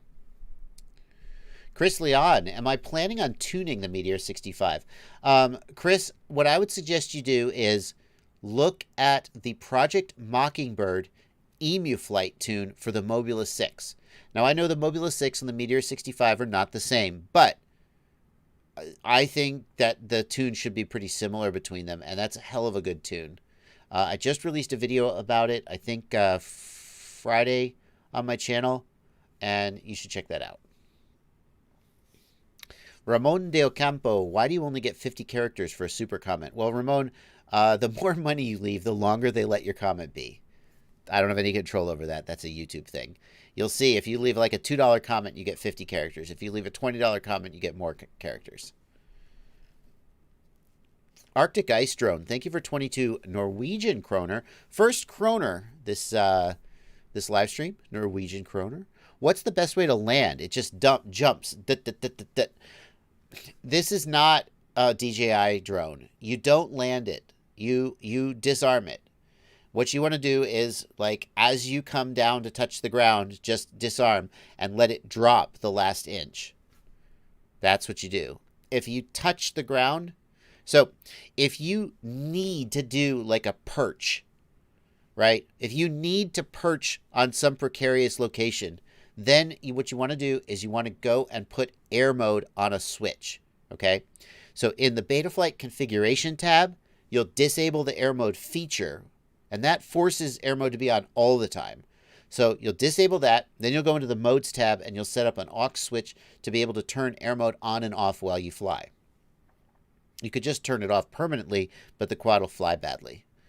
Then as you go to land, you flip the switch and you turn air mode off, and then you can just land and lower the throttle and it won't go dit. There you go. Practically speaking, though, just disarm when you're 1 inch off the ground and you're done.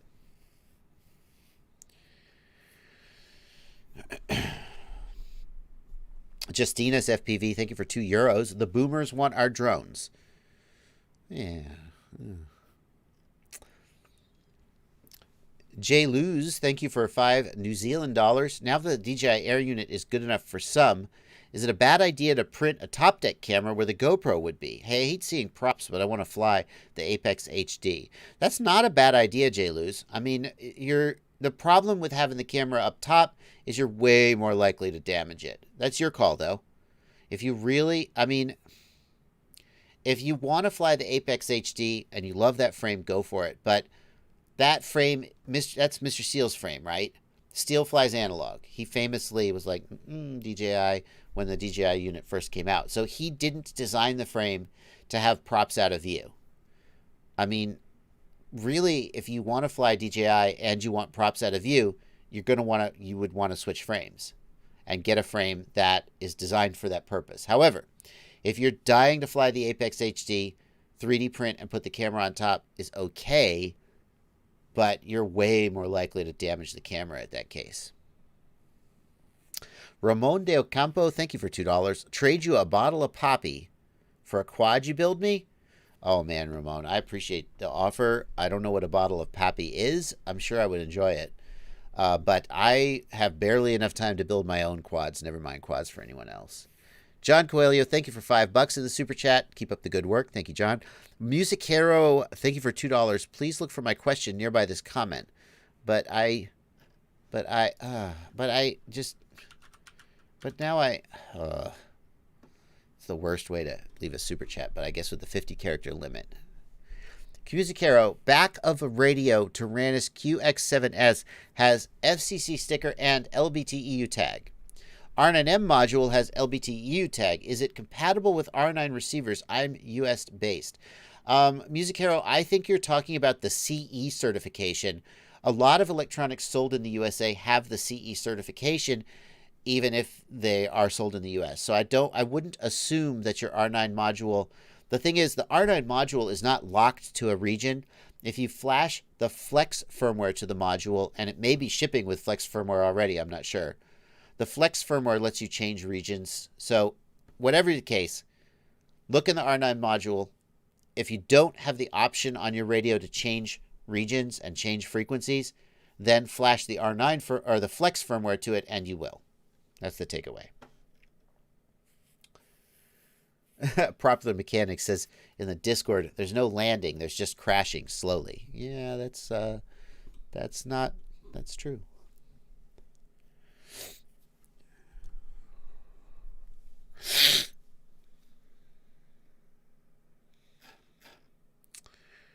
DJ Pop, are you sure about that? Wow. DJ Pop says the radio comes with the sticker for which firmware it runs on the internal module.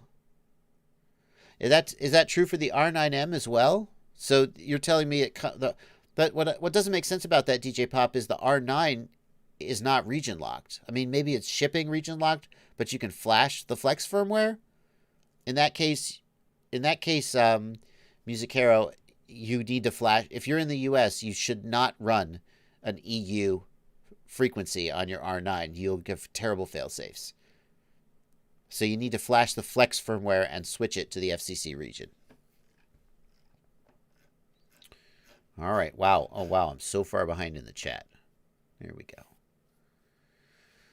What do I think of the Larva X? Asks Georgios Constantino.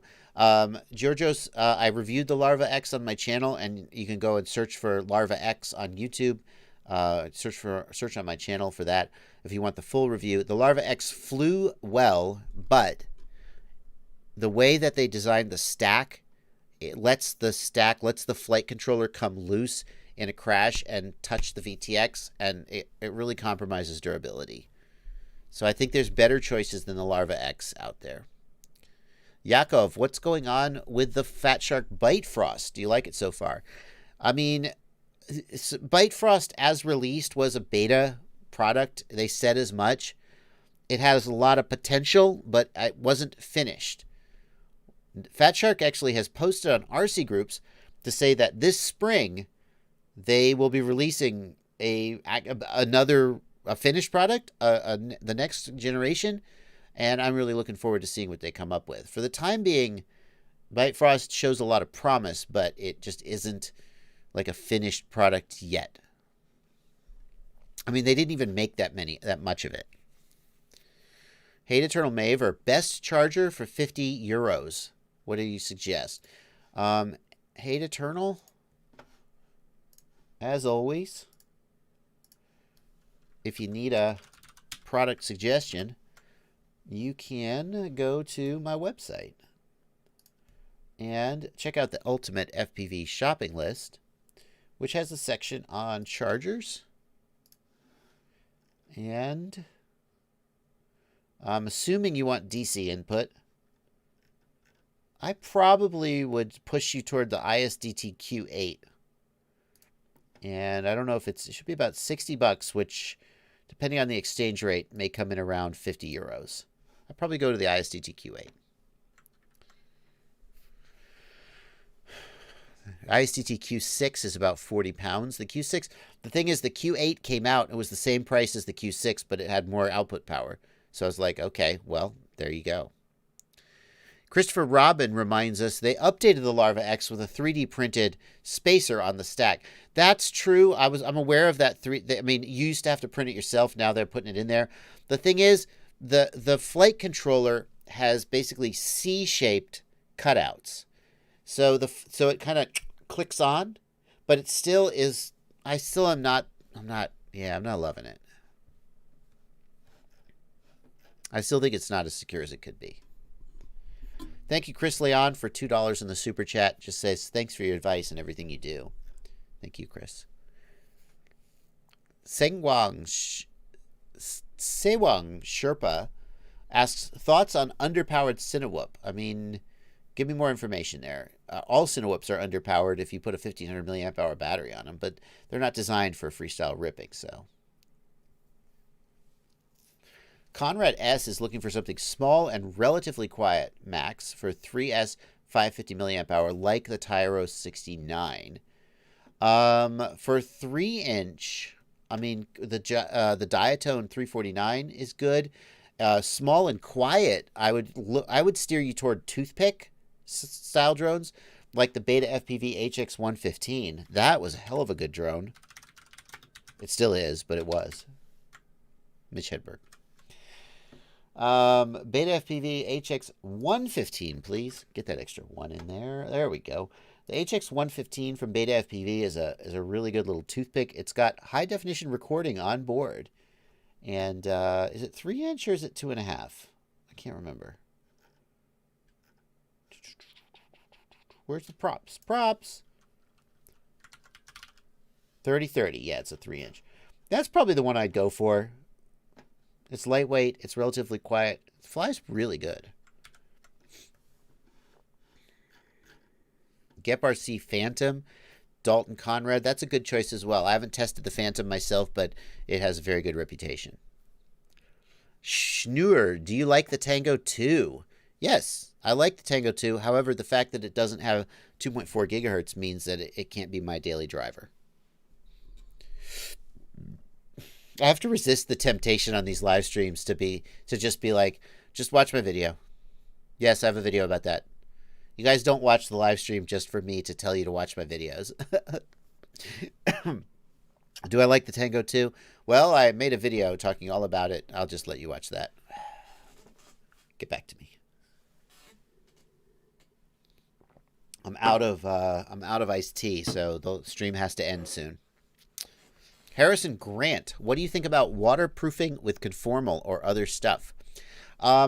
It's a good idea, and I don't do it because I'm lazy. I often skip the step of waterproofing and just don't fly when it's wet out. Especially if you fly in the winter, you must conformal.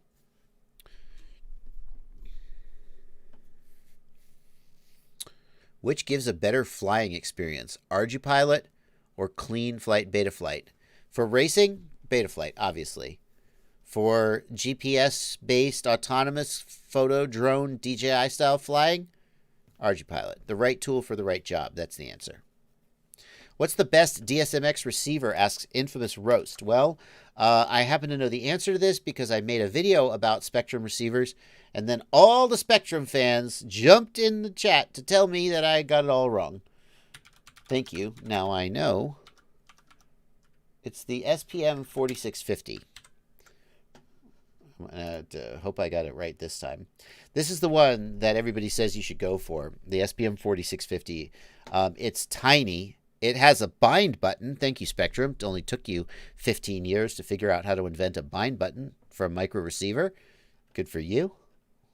I'm sorry, I'm picking on Spectrum. Spectrum's great. But seriously, why no bind button, you guys? And the answer is because satellite receivers were never designed to be used by themselves. They were designed to be used with a full-size receiver. So, okay. But here you go, Spectrum. Oh, there we go. It's the 4650.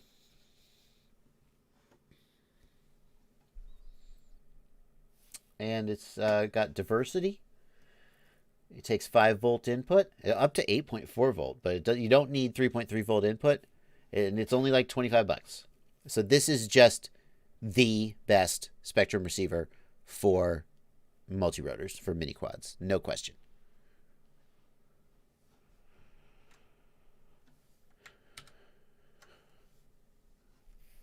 It's $25. iSpare FPV. I will be the first to criticize Spectrum for being too expensive. But this is $25. That's a great price for the receiver.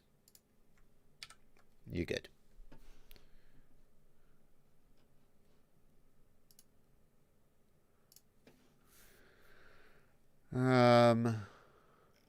What's the best toothpick on the market right now?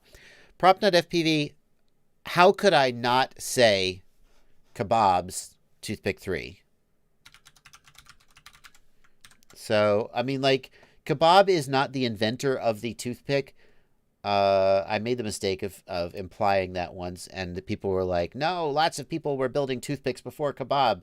But, I mean, obviously, he has certainly put as much research and development into toothpicks as anybody. Where the hell is his ready to flies? Frames? Toothpick 3 frame. Where's the... Does he not sell a kit? Maybe he doesn't. He just sells the frame. So you got to build it yourself. That's the thing. That's the only thing you might not like about it. But where's the parts list for the Kebab? There. Where's the parts list? Recommendations. Here's the drivetrain. Yeah, here's the suggested drivetrain.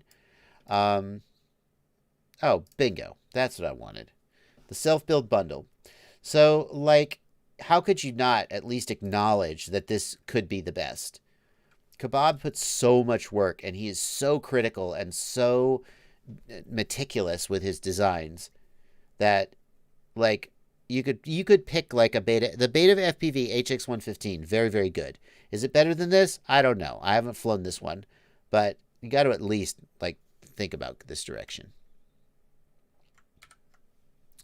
Caden Nordgren says, I flashed Emu Flight onto my Mobula 6. Now it only connects in DFU mode. Now, you probably flashed the wrong target. I hope you have a config dump saved because you can get the correct target name from your config dump. If you don't have the correct config dump saved, then the problem is that there are like 4 different Crazy Bee targets. The Mobula 6. Oh, but I have the answer for you. I have the answer for you. Pastebin.com. I have been uploading config files from all of the quads that I've been working with to pastebin.com. You can go to pastebin.com and you can find those config files. So whenever you go, I lost my config. Well, I don't have everything, but I have a lot. And here's my Mobula 6 config dump. The correct target is Crazy Bee F4FR. So make sure that's what you flashed. Go back and reflash it. That's what I would say. Somebody asked, is it me lagging? No, I also have gotten an error message about my, I don't know why. So nothing's changed about my stream, but I also have gotten a message that there's an issue with the stream. So, oops. Hopefully it'll come back soon. Fixitall 329. Thank you for 20 bucks. That's a huge donation. Thank you so much for your generosity. Love your channel. Been following you since you started and have always helped me with issues I've had. Awesome. That's really good to hear. Let's hope for a great outcome for the FAA rules. Indeed. MindProbe says, my quad spins at 0 throttle after landing. Can I resolve this by tweaking PIDs? No, that is not a PID issue, MindProbe. There's a feature called motor stop. If you enable motor stop feature in the configuration tab, then the motors will stop when you lower the throttle. Don't do that. Just disarm. There's no such thing as landing an acro or racing quad. There's only crashing an inch off the ground, okay? So you don't ever want your motors to stop while the quad is armed. Otherwise, when you lower the throttle, it'll fall out of the air. So you can enable motor stop if you want to, but I don't think you should. Musicero111, thank you for another $5. Did bootloader or Impulse RC on the plug and play, then the issue's fixed, but motors still spin wrong? Continue with BL Heli Suite. The Betaflight flight controller config cannot change the motor direction. So the motors must spin the same direction, but the flight controller isn't configured for the direction the motors are spinning. So you may need to go to the configuration tab and enable the motors are reversed option to make the motors match the correct direction.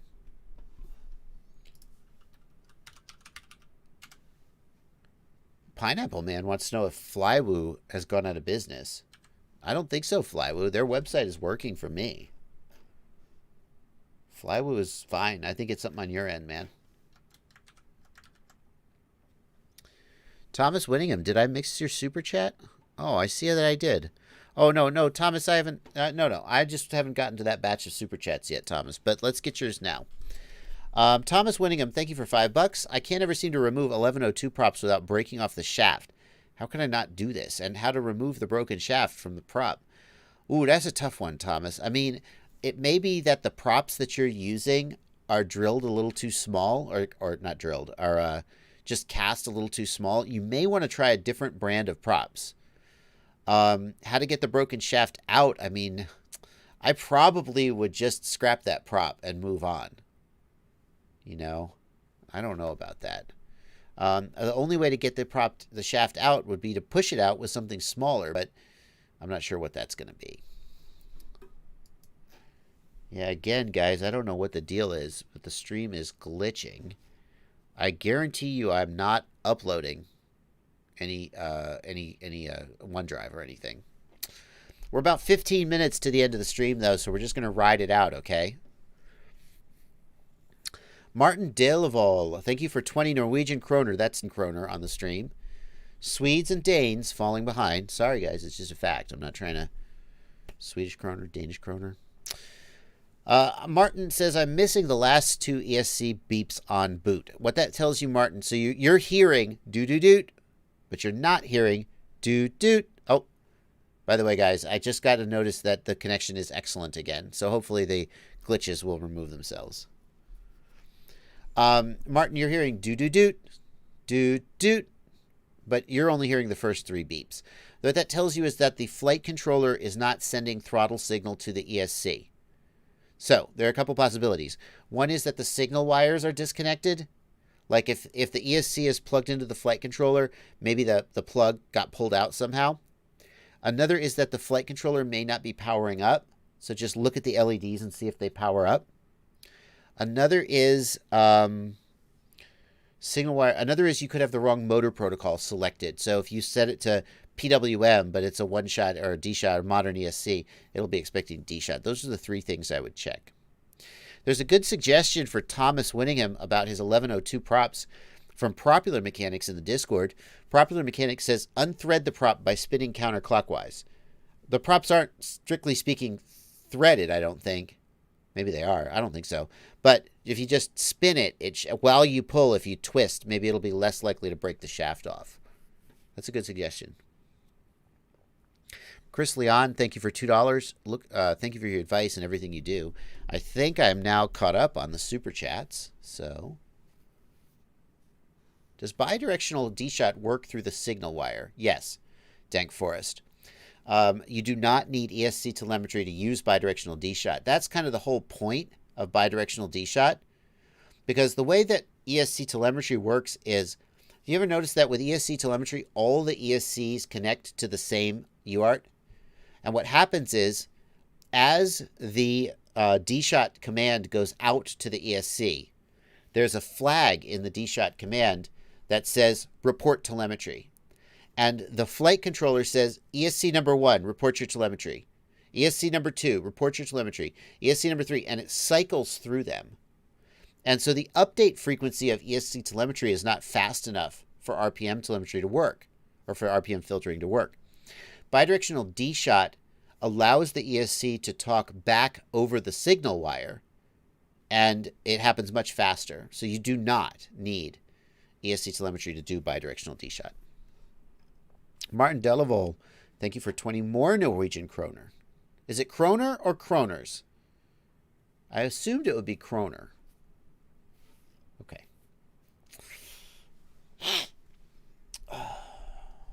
Let's see here.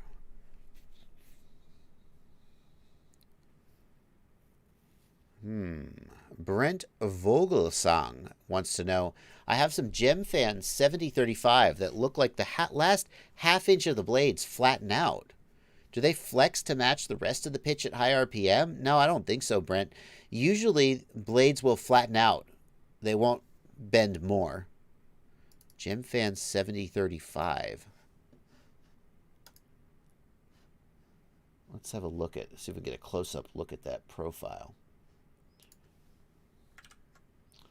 Gemfan 7035. Banggood. Can we get a closer look? I mean, my guess is that it's not really flattened out.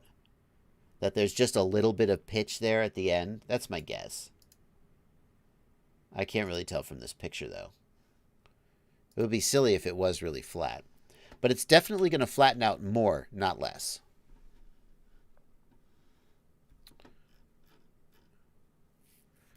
Is the Futaba T10CG a good transmitter to use? Asks Marco Nesilar. Well, look, Futaba makes great transmitters. If you like it, definitely use it. I prefer transmitters that run OpenTX because I like how configurable they are. But they certainly don't have the build quality of Futaba.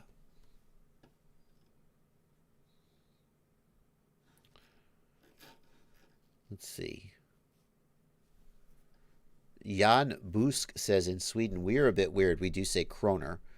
I mean, I assumed kroners was just an Americanism, but apparently maybe it goes both ways. Is there a DJI adapter for using DJI foldable props on a normal lock nut configuration? MindProbe, I would guess that somebody out there has made one. You're not going to be able to easily like just 3D print an adapter because the balance is so sensitive that this stuff will just blow itself apart. I have 3D printed stuff before to put onto quadcopter motors, and keeping it from just exploding itself from the RPMs is very, very difficult. I don't know. ASHM wants to know, why is Banggood such a common FPV retailer? Why doesn't Amazon do the same thing? ASHM, if you look, you'll see that everything on Banggood is also on Amazon, but way more expensive. A lot of these products are really marked up on Amazon Marketplace. So Banggood is way cheaper. The other thing is that there are, so yeah, that's the bottom line. Banggood is cheaper. You get it direct from China and it's cheaper. That's why people shop there.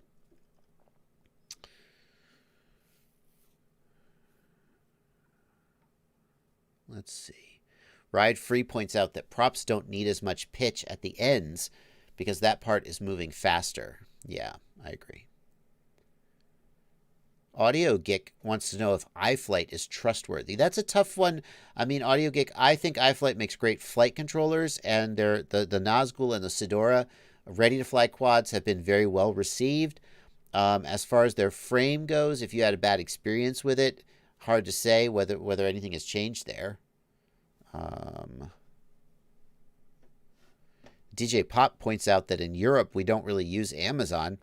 Most likely, yeah, here's the other thing. Banggood has ways of shipping things that avoid customs and import taxes. So if a European, and in the United States, we don't really think about this much because the U.S. Customs doesn't seem to be super aggressive about policing this stuff. At least, I don't know. I've never gotten dinged for customs for stuff that's shipped from overseas. But in Europe, they get dinged a lot. And if you shop with Amazon and you import something, it's either going to be really expensive or it's going to have the import fee.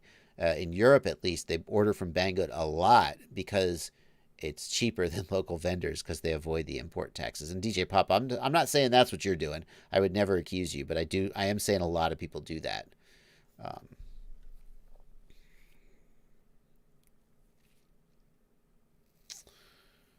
Let's see.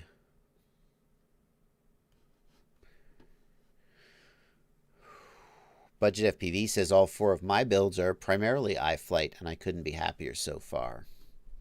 Derek Hlavity, the best T-mount style 3-inch prop. Interesting that you should ask that. I'm going to go look over on Ciati's channel. This is Ciati FPV, and Ciati will be live streaming in about 8 minutes. When I finish live streaming, Ciati's going to start up. Ciati did a video a little while back. Is it under 3? Is it 3-inch?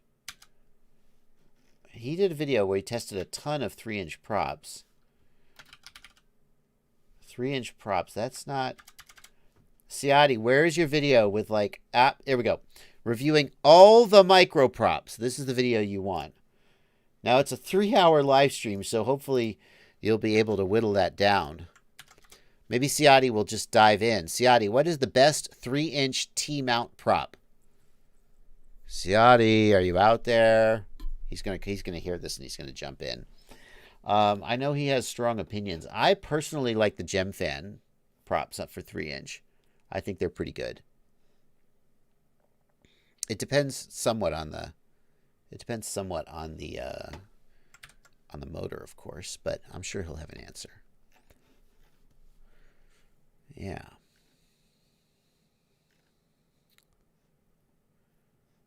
Let's see here. Michael Nachevsky, TBS Pro 32 HV worked twice and then stopped working. Any ideas? Michael, I would just don't waste any time. Just go straight to TBS support.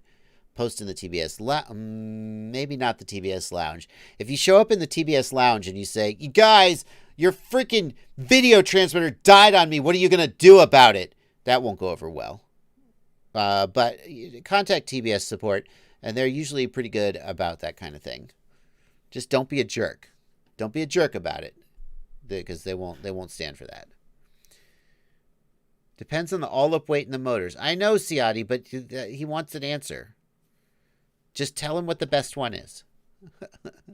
I'll tell you what. Go over to Ciati's live stream in about 5 minutes and ask him, and he will have and tell me what the answer is.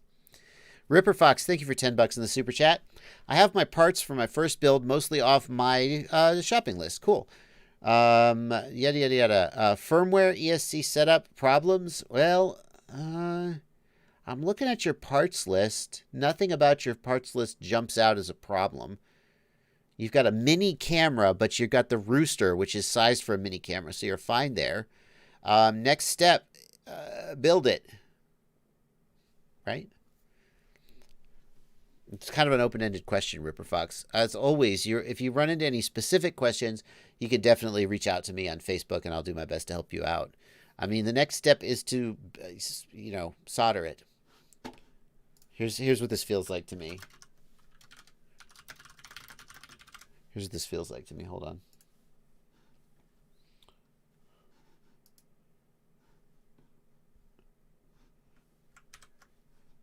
How to draw an owl. Okay. How to build a quad. Buy some parts. Build the quad. I don't know. I have build tutorials you can certainly follow. I don't have a build tutorial. I mean, the parts you've got there are kind of similar to my perfect freestyle build, but I don't have that flight controller. So I don't have a specific build exactly for that. But again, you're always welcome to contact me with questions. Ciati says for heavy rigs, the T-Motor 3140 For medium rigs, the GemFan Windancer 3028. Lightweight rigs, GemFan 3016. All I'm hearing here is that I was right, that GemFan's the best. Yes. DJ Pop says his Pro 32 HV did the same thing. TBS said it bricked itself and it's a known issue. They just sent me a new one, didn't even ask for a return of the old one. Okay, so I don't remember your name, but with the bricked TBS Unify Pro 32, at least one person says TBS knows that it's an issue and he just sent him a new one. So definitely contact TBS about this.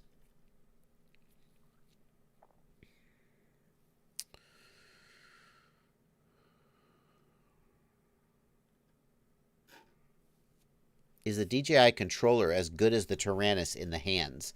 Asks Alexander Nikishenkov. The DJI controller, first of all, let's just say the DJI controller is very, very well made. It's a very premium controller. The gimbals are very nice. The build quality is amazing. DJI just has that stuff down. For me, the controller is a little small and a little rounded for my tastes. That doesn't mean I fly with it. It doesn't mean there's anything wrong with it. But, hang on one second. But compared to like the Tyrannus, is it as good as the Tyrannus in the hands? If you're used to a Tyrannus, it's going to feel a little small. I'm just speaking from my own experience. But the build quality puts Tyrannus to shame, and the gimbal quality does. So that's what I would say.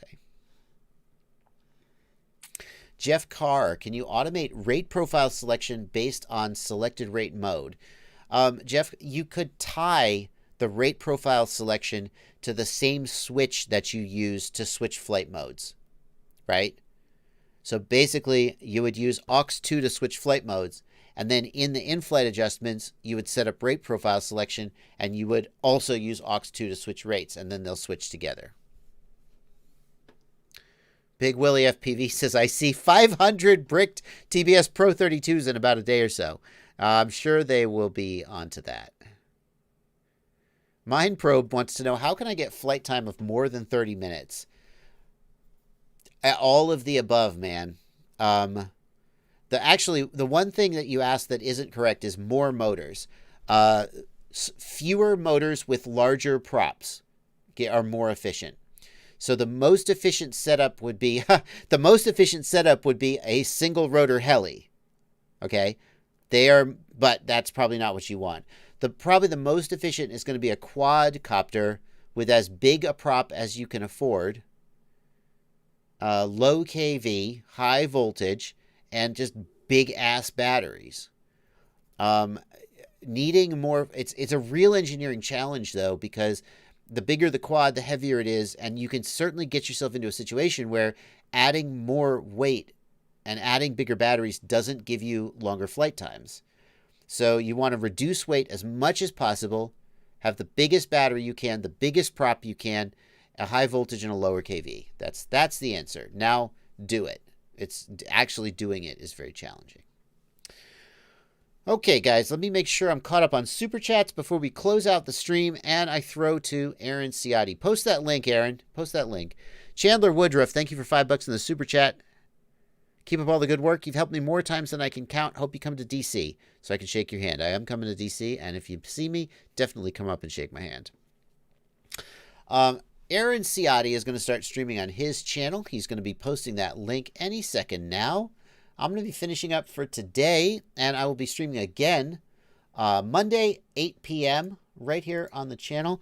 Real quick, while we wait for Ciotti to post his link, let's have a look here this week on my channel.